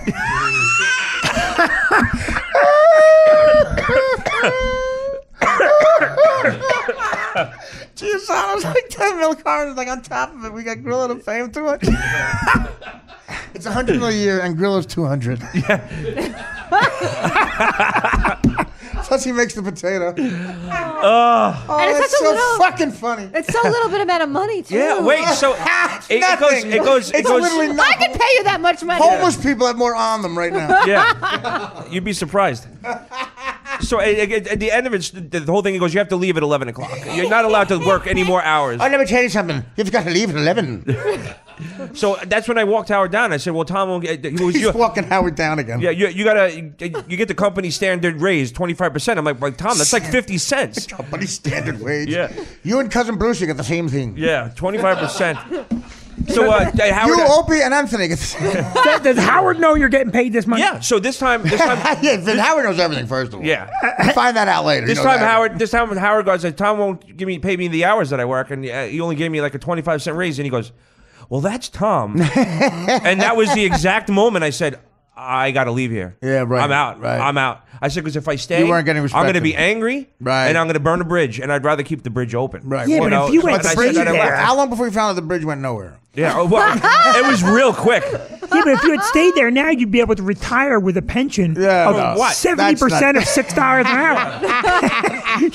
You'd be sitting on Easy Street. What kind of an idiot are you? With a like the can. rest of the family, with all your friends that are. Oh, can I touch your breasts? You're there, you're touching the breasts of beautiful women. You're making money with the biggest media mogul there is. And you blew it. Fuck's sake. You left that to go sit on a star in Hollywood. You got no hair. You got a chain attached to your pants for no apparent reason. A flannel shirt across the lead singer of Slipknot told you about 8 years ago. So now, when you leave, when didn't you just say, that's it, I'm done? I said I was going to LA to be an actor. Vinny loves this. I love this story. I know, but I love how he grills him. Yeah, because you know what? I wanted desperately to be on the Stern Show, and Yeah. now I realize Yeah, right. I won out. Guess again. I did better. So, guys, so You then did much better. you walk out and you say, I'm done. I was going to move to LA to be an actor, but that's what I said instead of going fuck you. Did you hear about know? Grillo? He's going to be an actor. Yeah. Well, he can write him off. And the other cousin's getting off the move. I was doing pretty good for a little bit. Yeah, what did you do for a while? What was it? Well, I was I was one of the only stand-ins to get a part on The Sopranos. You were standing or an actor? Well, I got into a fight with Jackie Jr. in a pizzeria. Right. I mean, in real life or? No. Yeah. No, I did a couple Oh, that's commercials. right, I I did remember that. radio. Yeah. You did a movie? Yeah, we did a couple movies What and was the stuff like movie that. you did? We did Glam Trash? Trash. Remember the and stuff. title? Dude, it's been so long. I don't Wait, remember. Glam Trash? Yeah, What was that? it was Greg Scarnici, my friend. our friend. Oh, wrote a Greg movie. Shanichi, I know him well. He's a producer on SNL now, but He he's produces us, I don't know. But he's a friend of ours, and he put. But us in no, I had a pretty good run for a while. I was getting a lot of auditions. That one with Three Eminem? movies you can't remember the You did names a of? movie with No. Eminem, didn't you? Yeah, well, Eminem was in the movie. Eminem? the Black Witch in the Projects. Oh, Eminem? Oh, okay. Yeah. Well, I thought you said you had Eminem as a career first. Yeah. How was he famous at the time? Slim Shady? or He what? just came out, but it was a Fugazi movie, Yeah, I hear you. So, I hear you. you know what I'm saying? Wait, a fag porn? something like that. Oh, wow. So now you do that for a while, and then you meet Brian Wilson over there, and you start a lighting company. Guys, Vinny just made the greatest reference ever. Yeah. First of all, that head of hair is extraordinary. Good for you, man. Yeah. Where'd you find this guy? He had a post-production house. And He's got hair like you talk. He's got shit. the Phil Spector Oh, collection. that is get laid hair. That is like backstage of the Doobie Brothers concert. That is I got coke hair. Yeah. I got coke and I own a surf shop. He had a party at his production house, and course he he did. goes, "You want to see my invention?" So he said, "Check it out." It's Only if I can play with your boobs. Want to come online to that? yeah. Come in the back room. I'll show you my invention. I guess. Want to see my invention? I guess so. Can I play with your boobs? You want to see my invention? You know how many guys said that to me? Who's he, Thomas Edison? Yeah. Want to see my invention? Everybody says to me, Yeah. George Foreman. Call my buddies at Invent Help. What do I do with my new invention, George Foreman? Either call Grillo and ask him to blow you in the bathroom. Maybe he'll touch your boobs. What was the invention? It's the light that we have out. I invented a light. Yeah. So A lightsaber. I knew that it would be a game changer, so I made him hire me. Now, he hired you? Yeah, I made him hire me. Did you get $6 an hour? No, I actually got paid money. I can pay my rent. I'm only kidding. I'm sure you're doing very well. Okay. You can hire me, but I demand to work for free for the first 6 years. That's 16 What game were you hours a playing? week. What game were you playing? The lighting game. On game night, we were playing Trivia Pursuit. I knew it would become a game of life. You switched to the game of life. Yes. And how It you changed doing my at it? life. How you doing at it? It's where we're Great. We're clocking some serious G's. No, we're Well, thanks for coming in, man. yeah. I hope I can help out. Well, thanks for leaving early too. Dude, that is really. I'll see you Sunday. Oh, that's extraordinary. Well, yeah, you got open invite. Come in anytime. Yeah, I would love to come in, man. Really, He honestly. was asking me to come in. I said, let me Just ask to make sure, Dan. make sure we realize we're paying him after 6 months. You gotta, you wait. You're not gonna pay. You gotta get paid. But Dan Filato's like, then you walk me down. I'm like, you're kidding me. give me $200 a week. We're fine. Did you hear? Did you hear? He's up to the devil's business. Steve Grillo. Cousin Grillo's up to the devil's business. He's making no money for the last 14 years. Bright shot, bright shot, bright shot. Howard's literally going to the helicopter he owns. I was talking about a potato. Yeah. Oh, that's Oh great. my God, That is- he's got so much money. I love you, Grillo. I love you. I love Vin. I love this whole crew. It's a good crew. You're like sitting there like the guy who yells Brooklyn in the rap group. The package in the back. That is a head of hair. That's your real hair, huh? Dan, take a picture of his hair, put it on Twitter. Yeah, That is extraordinary. That rivals Machete. Brian Wilson is it's a great reference. A Beach Boy, you love Vin's reference. By the way, with the kid in your the new good-looking kid you said on Twitter, they said we should call your group Vin Sync. He what? A guy on Twitter said we should call your boy band Vin Sync. I like Vince Singh. You're going to see him tomorrow, and you're going to be impressed. And so when I play your club, of course we're doing it tomorrow, I'm going to see the good-looking kid. You're going to see Vinny him. claims he has the best-looking waiter in all of comedy club world. And I want to know this because what? Well, because you may talk like him. My favorite line from last week. Who you, Matthew? Winnipeg. Don't give me Winnipeg. That's right. I did that all Oh, week that's right. We long. were having so much fun last week with that one. You did, but first of all, yeah. What was that? Matthew Perry speak? I want to know that. Why? He's Matthew Perry all the time. That's information important to me. Why? And I want to do that. What? It's so great. Well, I have to take a break. I have a headache. I feel like I just had pharmaceutical grade Coke or really cold ice cream. Donald Trump's talking. We got to see. By the way, they should call his hairpiece a Trumpkin patch. What, there's a I'm going to copyright this all over. Is that a hairpiece? trumpet. You know, let's just a trumpet. That's great. There you go. Is that a hairpiece or a turnover? That's his hairpiece. It's, We got to hear what he says and talk about it. It's live. All right. We'll go back on here. Well, I tell you, I wish I could some dark stuff going on during the commercial. Eesh. The old Stern Show gang. Well, let's just say we can't go into detail, but we're praying for a couple of people there, and it's not me. Could you imagine? Someone's more messed up than I am. Again, the great group here, Vinny Brand. That was a fun first half. The great Vinny Brand, of course, for me and Vinny at the Stress Factory tomorrow. Vinny's Club. I'm doing the first of 2 nights for Super Bowl weekend, 2 shows each night. Stress Factory, a great place to see something like that by Rutgers. Hey, how many Rutgers, what kind of relationship do you have with Rutgers over the years? Like, you're right across the street from Rutgers, like players, coaches. What happens there? We were friends with Kyle Flood. He just got let go, which was a shame. Right. And we know the coaches, Meg Ryan from the women's soccer team. So we know a lot of them. Right. Good people. I haven't met the new guy yet, Ash. I hope. Did you know Ray Rice? I didn't know Ray Rice. I knew Shiano. Right. And the players came in last year, the first time they brought the whole team in for a party. Yeah. And You're crazy. They're crazy. Well, Ray Rice, I was at his wedding after the woman in the elevator. And it was nice to see them get together, but it was an odd wedding. He had a best man, she had a cut man. Ladies and gentlemen, the first joke being thrown out of the second half. I already laughed. But because you're right across from Rutgers. Yeah. A lot of them come in and they stay quiet. They don't talk. We get a lot of Princeton people come in too. Right. There's a guy So that you comes mean in. whites? He's a Princeton. You mean white football player?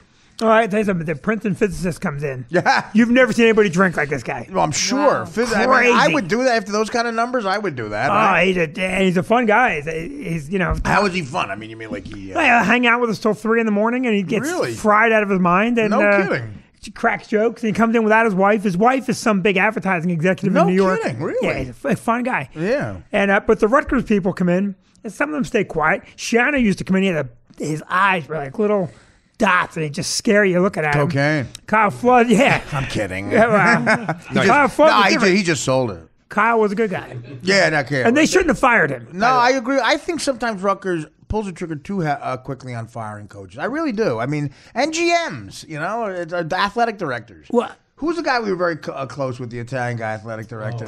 Great guy. Remember the last popular athletic director, Italian guy who was there about 5-6 years ago? Yeah, now he runs. Yeah, he's got some other job. He was a great guy. He fell up. I can't think of his name. He did. He runs IMG But with this last firing of Kyle Flood, they fired him because he helped a kid get a better grade in dance appreciation. All right, now listen, this is no bullshit. Now, you tell me who cares about the kid more. Kyle Flood's trying to get him a C in dance appreciation. Right. So maybe the kid can play football and get a contract in the NFL. Appreciation. I swear to God. How is that a college course?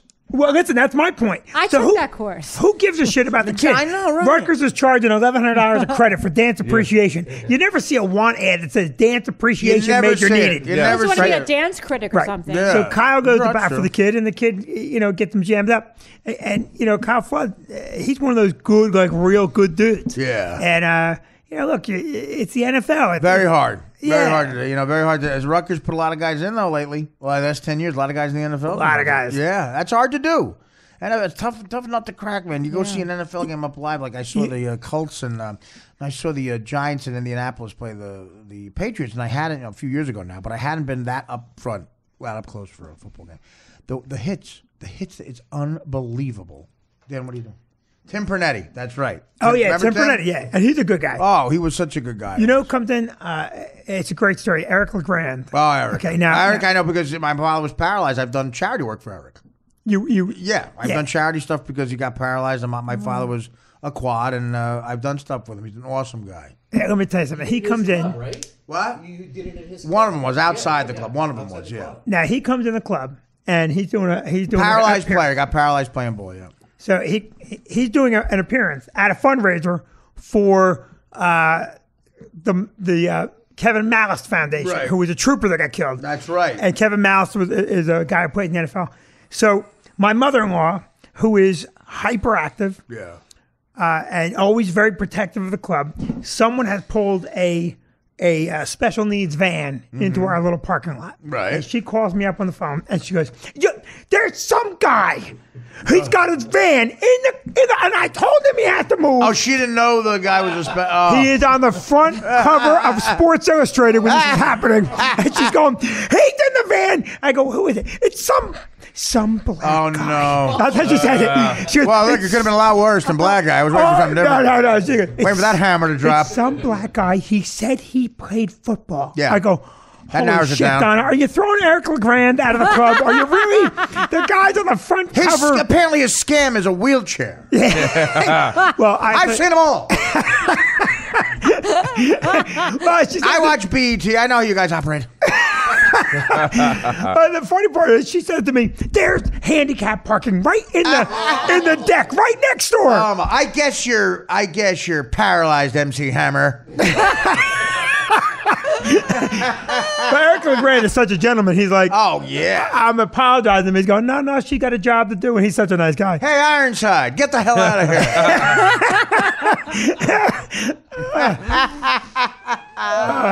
Unbelievable. Throw him out. He's on the front page, front cover. Wow. But anyway, so a lot of Rutgers guys come in. There'll be some guys. There's a coach coming tomorrow night. Oh yeah, that's good. Yeah, I'll tell you who it is. Let me see. I just got the text a little earlier. I'm not sure who this is. So I hope he's paying extra for the money I've lost on Rutgers. okay, Brett Arnold is coming in. Who is that? Can you Google Brett Arnold, coach at Rutgers? Yeah, Brent, I'm sure he's the head coach? Or No, not the new anymore? coach is Chris Hash. Maybe his name Don't is? look at me. Did I tell you? Chris Hash, of course, named after the best drug Rutgers gets on that side. Did you ever smoke hash right outside of Rutgers that they sell, the oily hashish? Wait, say it again. You ever smoke the oily hashish they sell right outside of Rutgers? Have I? Yeah. No. Well, okay, we'll talk after the show. Anyway, he's named after that hashish. That guy, Ryan Hash. You ever see that article in Sports Illustrated? No. Oh yeah, look it up. I can't wait to see it. His middle name's Oily. Who is this coach? Hi, I get hash. Is that his? Oh yeah. Okay. Wait, he's a football player or director? He's the director of internal football operations. Oh, so he's not a player. We'll meet him tomorrow night. Let me see. Oh yeah, it's good. We'll meet him tomorrow. Yeah, all right, tomorrow night at my gig at the what time are the shows? 8 and 10:30 or something? 7:30. 7:30. I'll be there. Just wait half an hour. How are you getting there, by the way? How am I getting there? Are you driving? Yeah, why? I didn't know I was sending a car. Oh, you want to send the car? I'll send a car. Okay, fine. I mean, I don't drink anymore, so I can drive. But Whatever you want to do. Are you staying? I stopped drinking in front of people. Are you gonna? I just died. I knocked. Are you? So what happened? You have to stop moving. There you go. Stop moving. Are you staying at the hotel? Or are you coming back home? Say, ask me, are you staying at the hotel again? Ask you. Ask me again. Are you gonna stay at the hotel?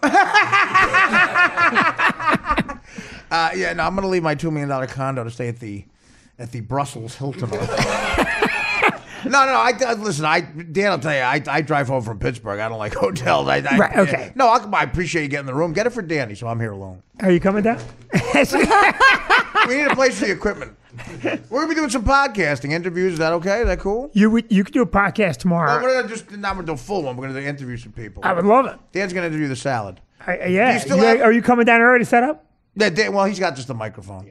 All right. Dan looks at me. Yeah, it's gonna be fun. We're on radio. We'll do a podcast. No, we're gonna. Well, Grill, what are you doing tomorrow? Come by. Yeah, I will. Are you? Oh, that was a bluff question. I thought you told me you were busy. That's why I asked. Oh no. No, honestly. I'll bring Brian Wilson. Please come by. Yeah. No, you're around tomorrow? Go figure. Both of you guys are free. Friday night. Where's the chick that you talk like? What's she doing? Oh, she's down in Florida. She's out. You got the microphone there, Brian. You can talk if you want to. Yeah, when you get asked a question. Never besides that, but no, yeah, there you go. It's working. And Stace, what are you doing tomorrow? Nothing. I'm off.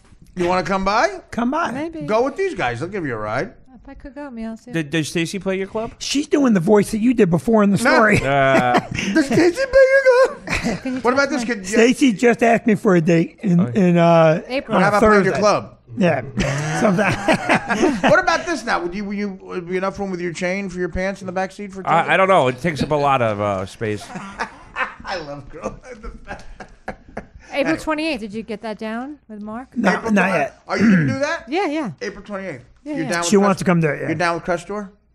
By the way, if you guys see the Crestor commercials, how did that racist commercial get by? The black woman who's down with Crestor? Have you seen that? No. The doctor just goes, how do they get away with that? The doctor goes, congratulations, you're down with Crestor. You go, yeah. Then she starts dancing like, Google it. The cholesterol medication. It's a black woman.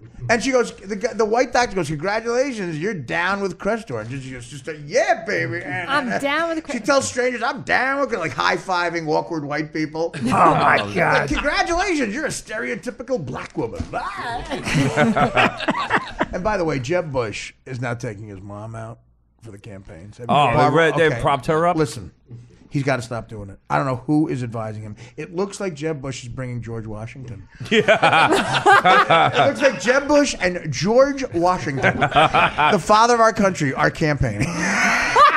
Hey, honestly, he's in that daze he's always in. Like, He's very goofy, Jeff. he is. Well, they say in He's so goofy. Popular Science said a robot's going to take over every job, and if he gets it, apparently president's the first one. He is so stiff. I honestly didn't know he was still running. All right, whatever. He's been out of the news. You were pressing buttons. Let's hear the political buttons you were pressing. Well, Stacey does not think that Donald Trump is representative of our country. Do you and think he's he's a the demagogue? number one guy. What's a demagogue, Dan? That's what they say about Trump. What's a demagogue? Don't pretend to know it. Just look it up. But does anybody know what a demagogue is? I want to hear Grillo. Yeah, someone lesser than a god, but better than you. Yeah, better than me. That's for sure. Demagogue. What did he think? A demagogue runs everything. He's a, but a bad. It's a bad. Obviously, it's an insult to give. Demagoguery. It's Mussolini was a demagogue, but I don't know what exactly it is.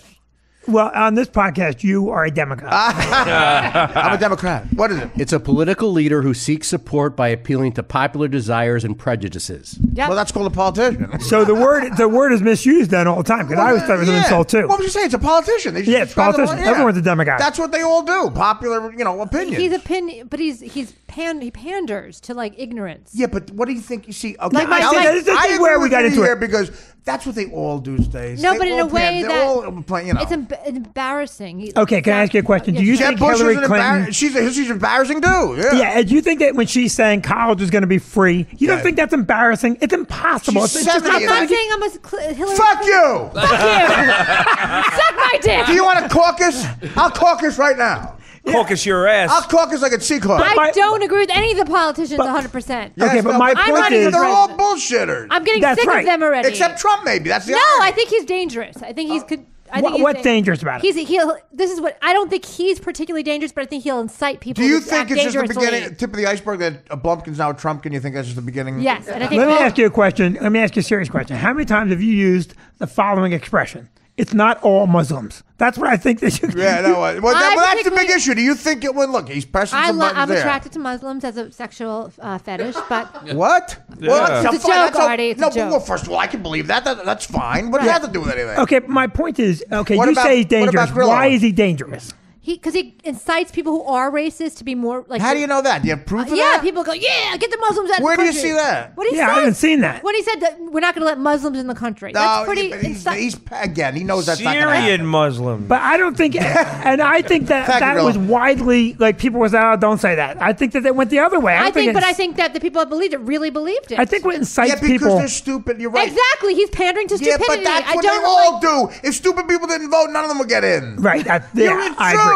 Yeah. Hillary Clinton's up there with that pantsuit going, I fought in 1958. I didn't say I agree with her either. Bill Clinton's behind her going, I remember that blowjob. Oh, my God. Look how they pander. Jeb Bush is wheeling his 97-year-old I mother know. out. Okay, out of the closet, dusting off the Donald mothballs. Trump. Yeah, that's embarrassing. Listen, again, I agree with Vinny in the sense that at least he sounds like he's trying to tell the truth. You know, I mean, Hillary Clinton, when Bill Clinton recites the scriptures, don't you laugh at the irony hate of that? that stuff. I mean, Don't God, incite Hillary it. Clinton sold her soul. She wants a job. The office she's going to go to every morning, her husband got blown by a fat chick. I know, it's ridiculous. He got laid in every room in that I think place. she just wants to become president to say fuck you to her husband. At So this what point. are you saying? Who's worse, her or Trump? I think they're both equally suck. So okay. Okay, so who would you pick out? You got to pick Don't someone. say Bernie Who? Sanders because he's 98. Would you vote for Bloomberg? I think I might vote for Bloomberg. Oh, he's not running. So Bloomberg, I the guy who had this judgment. We got the single worst traffic I- problem in the world on 7th Avenue. Okay. Let's put a cafe in the middle of it. Yeah. Yeah. Here's what we need: where people are dying in ambulances because of traffic. Let's put a fucking place to make a macchiata. And you can take pictures with Elmo. Exactly. I hear and a Elmo's siren. groping you now. Elmo raped you. I know. You know. I've gotten raped by Elmo. I hear the the old- siren. Is my frappuccino ready? Exactly. Is that somebody dying? No, that's your frappuccino. I have a big problem with politics right now. I don't. Or you, know- everybody who thinks logically should. But you know- I don't think they divide church and state enough. I think religion comes into the picture. Well, to Trump and the Iowans, that's for sure. And I hate it. I hate that. It's a very big All problem. right, you for have to me. pick someone out of this group. Who would you pick out of the group? I mean, you got to pick somebody. Grillo. Oh, that group.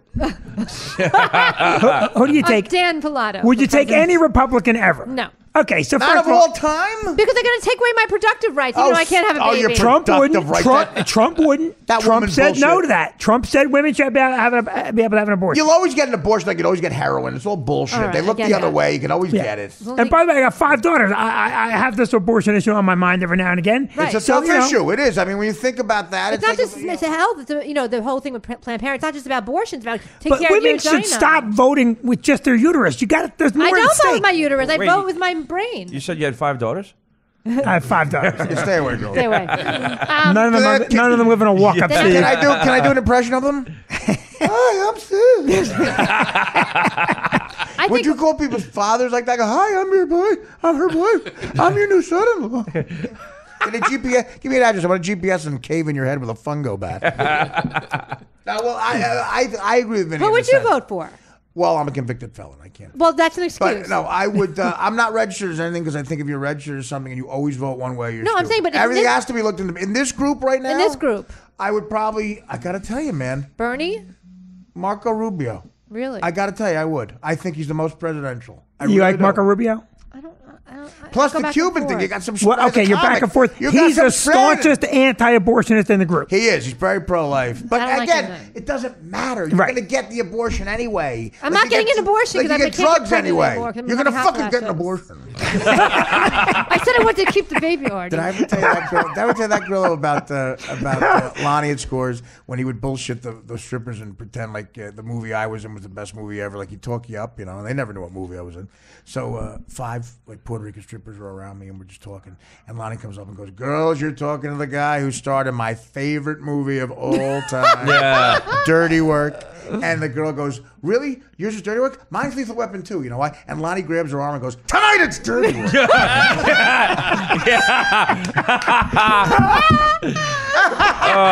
She gets all scared. My Lethal Weapon 2, first of all, was her favorite movie. Mine's Lethal Weapon 2. You know why? Because the part tonight it's Dirty Work. Grabs her arm. That's all Lonnie. Funny. Lonnie. Oh man, I have You got so many, me so wasted that time. Oh, I remember? got so many. What good about him? stories. Do you know about your salary with Tom? Well, you know, I'm not. I'm partially the reason why Howard got into Scores because Lonnie would. I lived down the block and Lonnie was a friend of right. mine. What did that apartment look like? Oh, the 65th Street walk up. Dude, my Yeah. God. So you Dude, live with who? Ganji.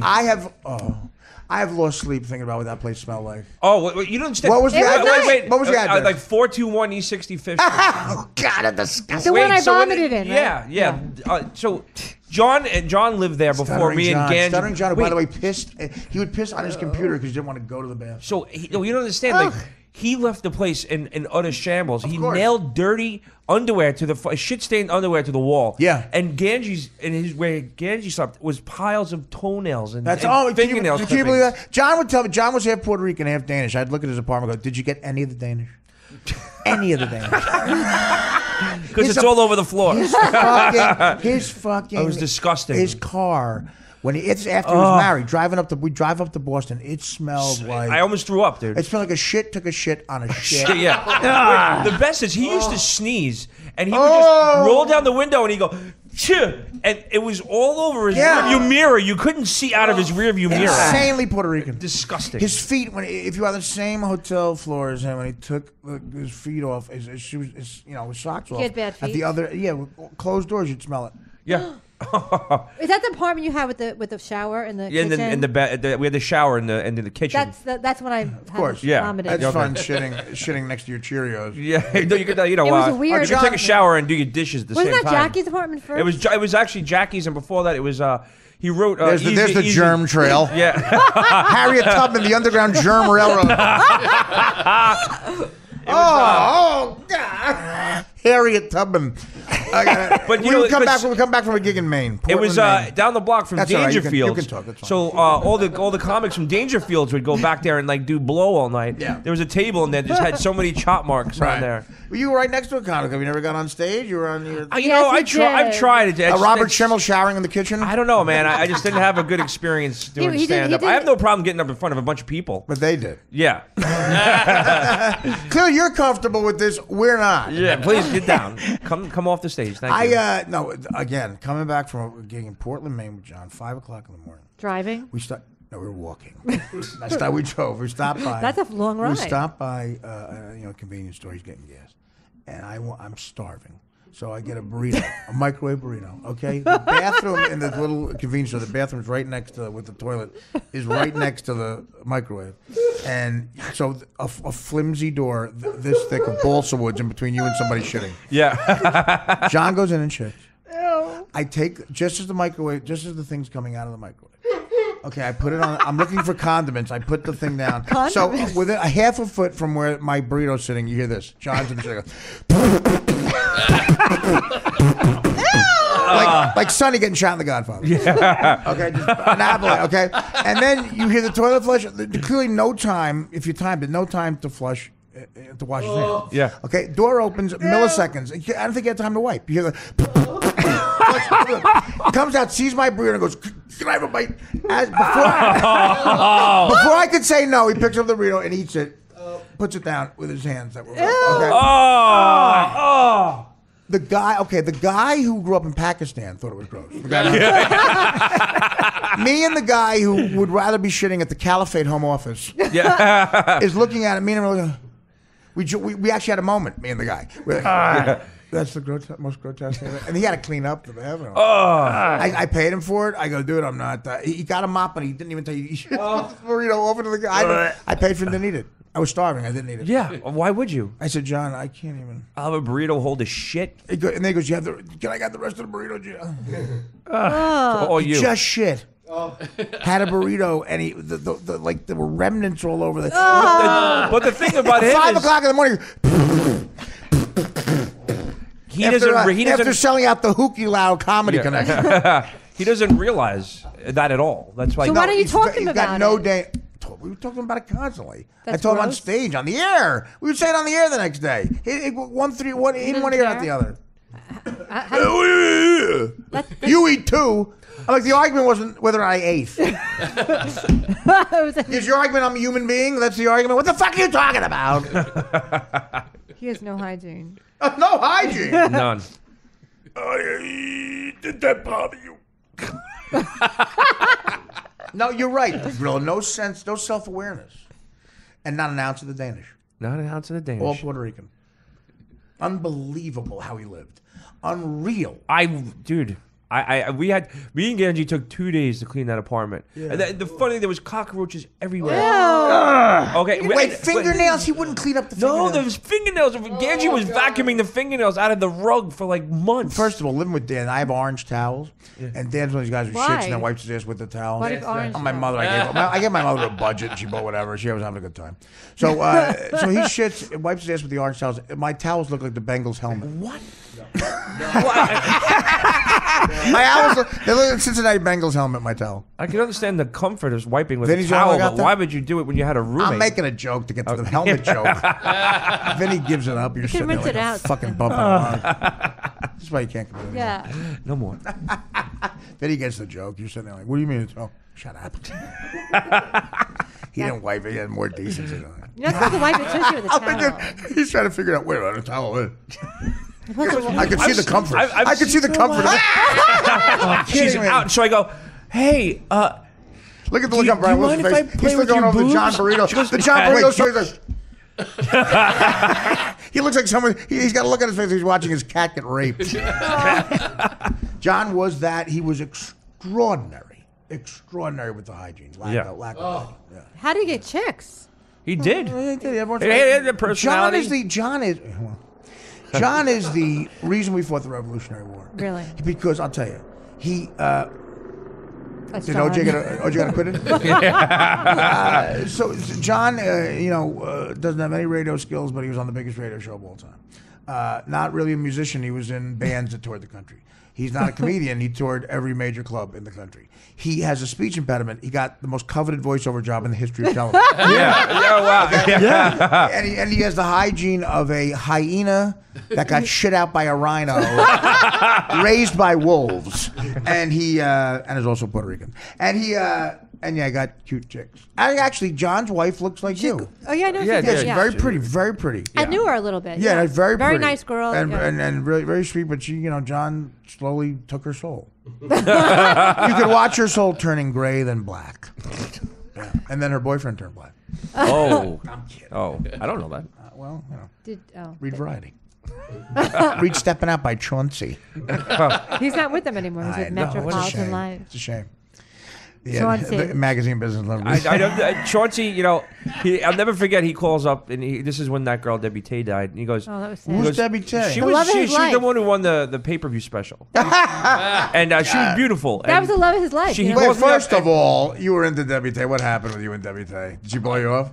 No, I just didn't know how to play. She was I didn't know how to pull she the was a trigger at that lesbian. point. You know, she was a Pull the lesbian. trigger. She lived right. She's she like, lived- are you going to pull the trigger or what? I'm waiting. No, I was always stuck in that friend zone. You know, you were? Until I got a little older and I realized how to. The friend zone? Oh, Yeah. you're so gay with the friend zone. Yeah, well, I got stuck there. Yeah. But so Chauncey wants. Because he got stuck in the shitty shirt part of the Gap.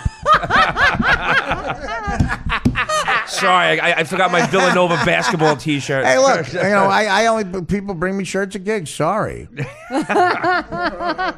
okay. I'm sorry. So she By the way, you always. need more glue for your hair. It's coming in. I don't got no glue in my It's hair. epoxy to your hair. That's all I got. Leave me alone. Eddie Munster called. He wants his hairdo back. Need a haircut, man. Sorry. Ken, I'm sorry. So haircut. Debbie Tay's, she dies of a heroin overdose. Oh, okay, Jesus. And How he dark. calls me up and he goes, Steve, I got Debbie Tay's remains today, that but was horrible. Wait goes- a minute. Debbie Tay's remains? Yeah, It's a horrible story. Who called and told you that? Chauncey. Oh, So he goes, he's but gross, he goes, yeah. are there supposed to be bones? And I go, what do you mean bones, Chauncey? They were John's toenails. He goes, I said it should be like dust, like it should be ashes. Oh, Maybe yeah, there's dust bone in fragments there. in there. He goes, no, like I got a box of bones, like I can What? see ribs and fingers. Wait, you got John's order? Yeah. Did you get Popeyes? I sent you Debbie Tay's remains in my Popeyes order. But yeah, I don't know. They just Wait they- a minute. What they- the fuck? But this story is crazy. You don't know the story? It's a famous a- story. No, famous story. Is the FBI on this? I mean, what the No, fuck? so they gave him a box of. Was Like, it Jimmy Hoffa? it was Pretty much, you could see. yeah. I said, right. So of course I immediately put it on the air. And Chauncey Howard, Hayden stepping out said he got her remains he brought them in. with bones. Yeah, he brought them in on the And air. what happened? Bones. How did you get to the bottom of it? DNA? I never got to the bottom You of know it, but the story, you though. could see ribs and fingers. No, and there's a everything. big story to it. what do you mean ribs? Like No, there's You a could big see it was story to clearly a that. rib. say it's a big story. Okay, so basically they were playing with the family ended up It's not suing girls. Howard It's a and big Chauncey. story! No, it's a big story. They ended up suing Howard and Chauncey said it for again. playing with the Oh, that's why remains. Chauncey actually got in trouble. Yes. Howard wouldn't talk to Chauncey anymore, right? They had a big- Yeah. I know they had a falling out. They were like playing with the remains like it was a That's sandcastle. what happened with Chauncey and Howard. Okay. That was a big story. Said there were fingers in the ashes. Yeah. It wasn't even Fucking ash. It was a retarded. box of bones. Man, They were taking Girl's them a out. defense attorney. It was a box of bones, counselor. No, I they need were a taking haircut. them out. It was a box of bones. You were on the A show. box of during- boobs. Were you on the show at that time? Yeah, I'm the one who put Chauncey through. Was it one of the 17 years you were on the show? No, and they took the box into the studio, Yeah. and then Howard was playing with Oh. it, and Chauncey was playing with it. The family. It was they were picking up the bones. yes. Yeah. Howard goes, that's Well, definitely clearly a finger. it wasn't her bones, No, it right? was. no, no, It was not her clearly- bones. It was clearly It was her bones. bones? It was her bones. Yep. And the family. It was her bones. How could a crematorium send bones? That doesn't make Probably sense. were- You know what? I would go to a Crispy crematorium. me and the cabbie. And they sued and all this That's stuff. incredible. Howard got sued for what? For the He got look it just up. settled out of court for anything. He probably Exploiting wanted to, he probably wanted to kill defamation of Chauncey. a body or something. There's some kind of law. It's Yeah, there's a law. You can't play with a dead body. I know yeah. that. So, Really? I don't know, No, I look definitely at- can't. Can you play. fuck one? Google it. No. Well, cut to me moving to Canada. Uh-oh. Chauncey told me the whole story once. Yeah. It I'm was- sure you did. He did. Does that turn you on, sweetie? Yeah. When he. Stacey, you're a very beautiful woman. You want to play with my Yeah. bones? Did I tell you the story about the time I had sex with a bones? with a woman's ribs? And my best friend was Grillo at the time. That's right, the Grillo. Yeah, you need a haircut, Crystal Gale. Look at you. Yeah, look at that. You're, Starting to look like you're red, Gandhi. too. Are you okay? You're flush. I'm a little flush. You look a little Why? pale. don't know. You know what? I feel like James Conley got like, It's have a little brandy, sweat it out. Yeah. Yeah, it's the first thing I don't fucking see him anymore. He sold out. It looks like maybe you're almost something you took is affecting you. Yeah. Would you mind if I play with your boobs? Yeah. I think I took something. Try taking an acting class. You do look a little flush. Damn, we can take a It's list. just, it's all the attention I'm getting right now. You are getting a lot of attention. He's shy. Well, let's. We're about the 2-hour mark, and let's. First of all, okay, I want to thank you all for coming in. Another great. I mean, this is just a hang. That's what the show's about. Just talking and bullshitting, and Grillo's sitting here, and everyone else being funny, and it's great. I love you, Grillo. I'm telling you right now, you have an open invite. Come in here, buddy. I want you to come in here, and All right. you as well. Come on in. I mean, when we're doing a well, Super Bowl. What are we doing? I got the gig. Okay, that. Damn, what's the matter? Dan's face is like. I said, Dan, can I come over? Does anyone else agree with me? Dan's face is gets very depressing, right? I know. He looks cheery. I don't know. I don't know. Stacey, he's depressing. He's being ironic. Dan was laughing before. Now he has different faces. He makes What's the most face you see him with the most? like he makes it like he like holding his laughter face, and then sometimes he looks like he's like making faces like behind your back. That's not the question I want. All right, but tomorrow 2 shows and Saturday 2 shows at a club I've been playing for years, and we're gonna have. Obviously, look, it's gonna be a blast tomorrow. We're gonna have. It's gonna be It's gonna be ridiculous. such a fucking party. I may do a video component. YouTube, You can do a video component. I may do a surprise video component. I may not, but we're thinking about it. The shows are gonna be great. Grillo might stop by, right? Yeah, I'll be there. You're definitely gonna come. Yeah, I'm gonna come. That's great. I'll And be the with Ghost John of- Ghost of Valdez. And Street. listen, if you want to, seriously, if you want to come in if you want to wash dishes or anything, I'll give you $6 an hour. Thanks. And with you and the Ghost of Christmas Past with your chain. Okay. That's what it sounds like. At every voiceover audition from 2004, just like, come tomorrow. You're going to come with 7 o'clock show, right? I'm going to give you my phone number, and you call me and you tell me when you're coming. I'll give you my number right now. Stage, 555. That's what I did once in an auction. I had nothing. By mistake, David told at this auction I had nothing. I forgot to bring a signed thing. So I auctioned off Spade's cell number. Oh, you did not? I left one number off. Okay. I gave my number out on Philadelphia radio. I've done that a couple times Yeah. at Stern. I did on Howard once. He goes, "You want to do it?" I go, "Yeah, I'll just change it." So I did it, and 4,000 voicemails. Truckers in Arizona. You think they prepare something? And then I goes, "Would you do a show for my sister? She's got eczema." Well, where'd you get out your phone? What happened? You were on the air in Arizona? I was on the As a air regular? in Philadelphia. Oh, Philly. Preston and Philly. Steve. And I gave my number out, and the phone just exploded. Yeah. It was fun. But people call and go, "Is this really you?" And I know. wow, that's cool. And then they hang up. All right. They don't even say hi or anything, right? No. Well, some people. I treated one lady to a show. Oh, that's I nice. said, "Come see my show." She comes in. Her husband looked just like David Crosby. And after the show, Well, David Crosby without the singing talent, there's a catch. well, after the show, she goes up and she goes, "Hey, this is my best night in a long time. It's the first night out for me." Her daughter had committed suicide, and she didn't go out forever. Best night ever. Well, What? what she meant? This is my best night ever. My Well, daughter committed suicide. no. It was That's what you just said. We're gonna play that now too next to Gorilla. Did he not just say it's my best night ever? My daughter committed all suicide. right. I got a little out of Finally, the bitch is dead. Plagued me my whole life. I mean, wow. Night of 1,000 And then clips. Jenny's like, and then I fucked her. What happened? She had committed suicide a month earlier, and it was her first night out. A couple months went by. It's fine. A couple months went by. Then she committed suicide. Just try and do a nice thing for somebody. No, wait a minute. Look, spring went by. Get over it. Here's my cock. That's unbelievable. That's so funny. That's great. funny. Now listen, we do a good thing. We're nightclub people. We entertain. We do good things for people. Am I right or what? I think so. Well, I like when if I give my number out, because the people that call me, they're always the crazy people that call. Oh, well, yeah. Some people yell, but some people say evil. Like Philly, you can tell it's a Philly person because they say the most evil shit. Yeah. I mean, they're like, hey, Artie, your mother told me she was constipated last night, so I fucked the shit out of her. Like, how long have you been waiting to tell that one there, Rodney? But some of them are like, hey, I just found out from my doctor my dick is contagious with AIDS, so you should check your sister's mouth. Then there was a pause, and you hear him like he actually missed the joke. Anyway, oh wait, for AIDS. Here's Buddy go, you fucked up the joke at the end. So this is exactly what you heard. The whole message was this.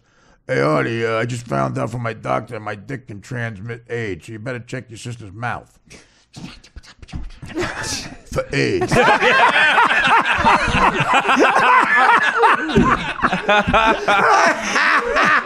I said, you just inadvertently, for the wrong reason, made me laugh harder than I've ever laughed. Was the joke that funny? No. For AIDS. For AIDS. Okay, I took about voicemails. I was like, hey, Artie, I just found out from my doctor my dick can transmit AIDS, so you might want to check your sister's mouth. For AIDS. He fucked up again. The guy knows it for leukemia. No! Leukemia. Why you say leukemia? For Crohn's disease. Fucking idiot. Start from the beginning. Hang up. Call again. Yeah, Artie, I just found out I have AIDS, so put... No! Can I touch your tits? There's no way to laugh any harder. I love you all. And what, you got any plugs? You got your business, your lighting business? What's your full name? Roy McDonald. Roy McDonald. Yes. He looks that. You look like Roy McDonald. Is that Scottish, Irish, right? Irish. Very Irish. God bless you, buddy. Come back with Grillo, man. I will. Yeah, absolutely. And Stace, what do you got plug-wise? Are you doing anything with Machete? What are you doing? I'm going to be in LA in March and with Yeah, I think you're doing. First of all, you're doing the Stuttering John's Wife Lookalike contest. Right? Yes. No, wait a minute. Go ahead. What do you got? Dirtiest toenails contest. Can you imagine? Oh, it was so gross. Finding a stack It was a stack. Toenails. Stack. Yellow. Oh, it just a pile. Obviously, it was his favorite place to clip his toenails. That takes a long time. I to can't stack. even imagine. No, I can't for AIDS. for AIDS. One of my favorite stories is Robert. We're out of time. Okay. Roy loves that one. Roy loves the bullets he's getting hit with. Right? Eric Roberts came in that's to the radio station the first time. I love Eric and Roberts. he must have been coked out of his mind. He goes, Of course he was. He goes, "Can you do me a favor, man? Could you go ask like some of the female employees if they have like a maxi pad?" And I go, "What? Why would you want that?" He goes, "Because my armpits are sweating really bad, and they really soak up the moisture." Oh my God! Could you ask a female? Yeah. So I go around and there's AIDS. it's like 7:30. Like there's like maybe two women. Well, so first of all, 7:30 in the morning, he's up, he's on coke. Oh, he's so coked out. Eric Roberts! Wait, so then I come back in the green room. I said, "Sorry," and he's clipping his fingernails. And there's a garbage pail right next to him. Holy and he's shit. clipping them. They're going into the. I said, "Mr. Roberts, there's a garbage pail right there." Mr. Roberts? I said, "There's a garbage pail right there." He goes, "Yeah, I know." Yeah, And asshole, I got eyes, fuckface. Go get my maxi pad, bitch. Thanks for the lesson on where the fucking... where's the ashtray, So dickface? Howard made me pick them out of the thing, and he put them in a Ziploc bag, and he was gonna they were gonna auction them off like Eric Roberts' fingernails. That's why that, Jesus. That's why that show's the greatest show ever. Who would I'd think pay that? big for Eric Roberts' maxi pads, but not his fingernails. Jackie frantically writing that idea. You should have auctioned it off. Yeah. That's That is so amazing. disgusting. But yeah, that's it's so great. That's beyond disgusting. Oh yeah, I was like, what? And I'm the one who got to clean it up. Mr. Roberts, your toenails. Mr. Roberts, why would you? Yeah, all right. And I didn't know anybody. I didn't know what Pete coked up was at that point, but for damn Well, sure. who could afford blow? Your old man's a mailman. Did you ever catch your father giving letterhead? Letterhead? Oh.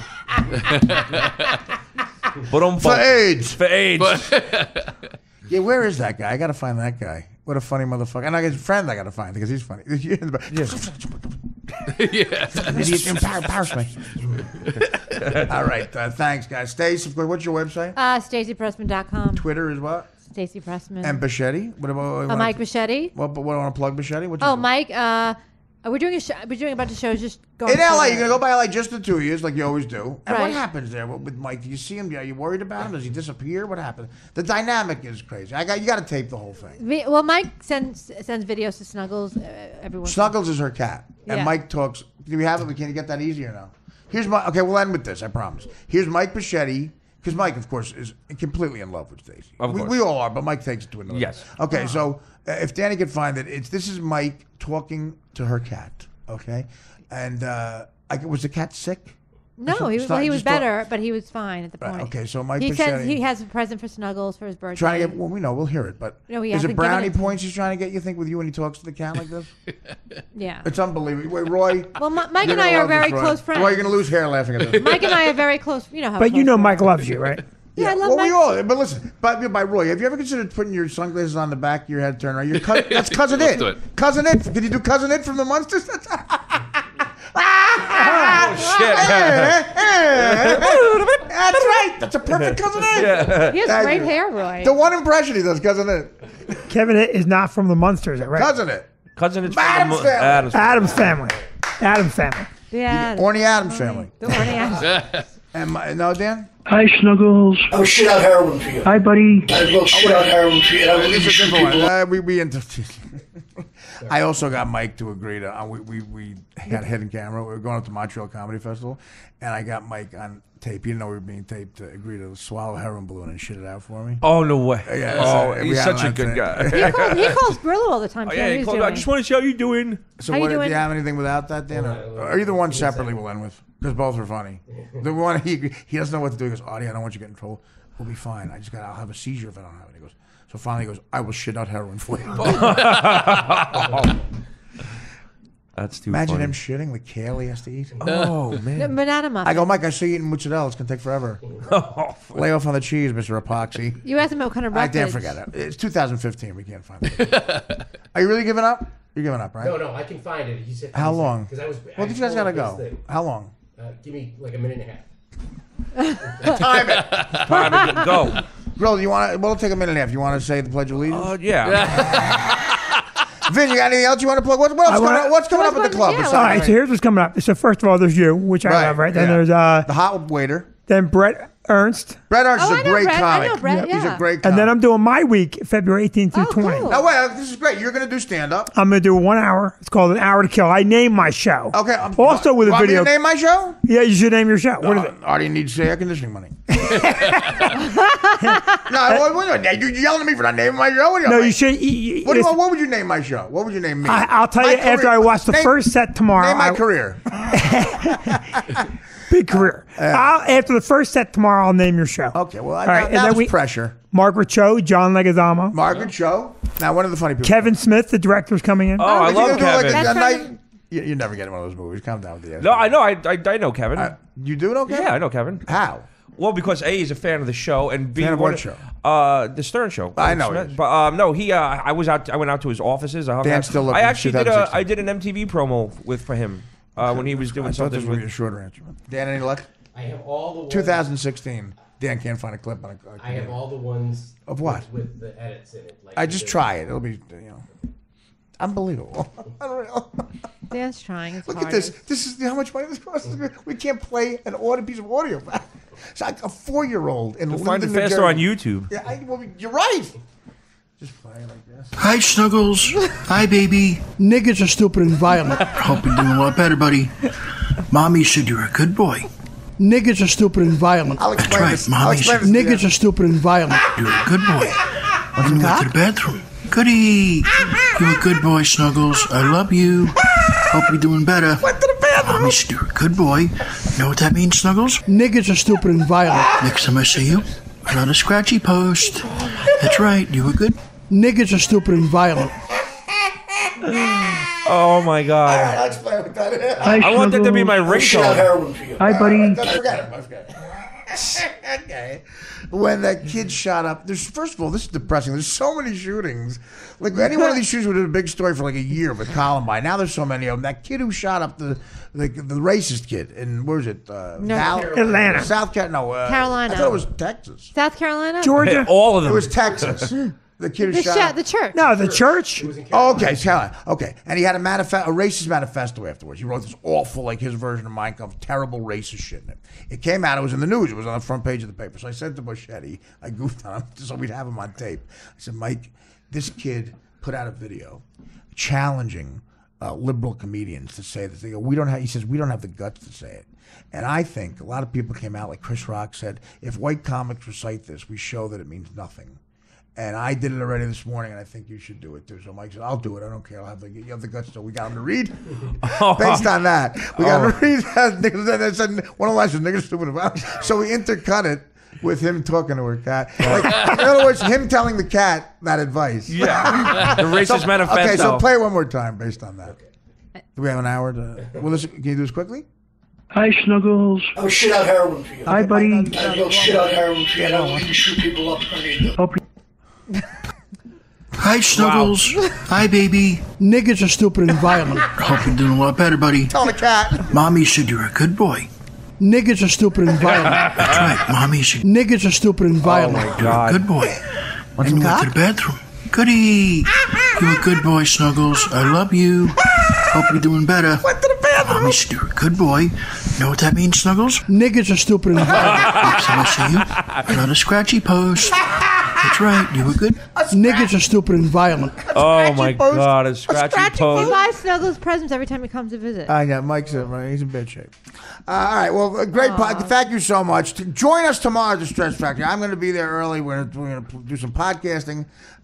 2 big shows, 2 Saturdays. It's going to be a lot of fucking fun. And Vinny, of course, a lot of great shows coming up there. Yeah, And, big stuff coming. And Vin, look for Vin more on the podcast here. Vin is a funny guy, good hang, and he'll be here more and more. And we appreciate that. And again, Grillo, come on, buddy. You want to come by? Yeah. Grillo.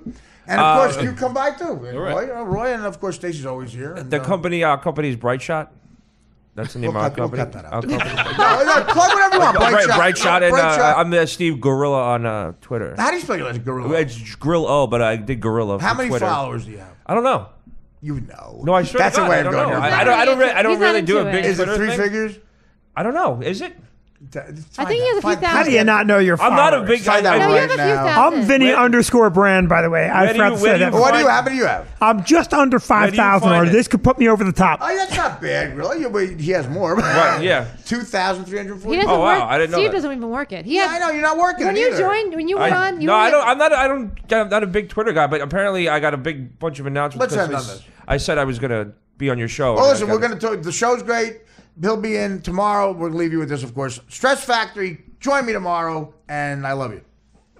Will you That was fun. Great job.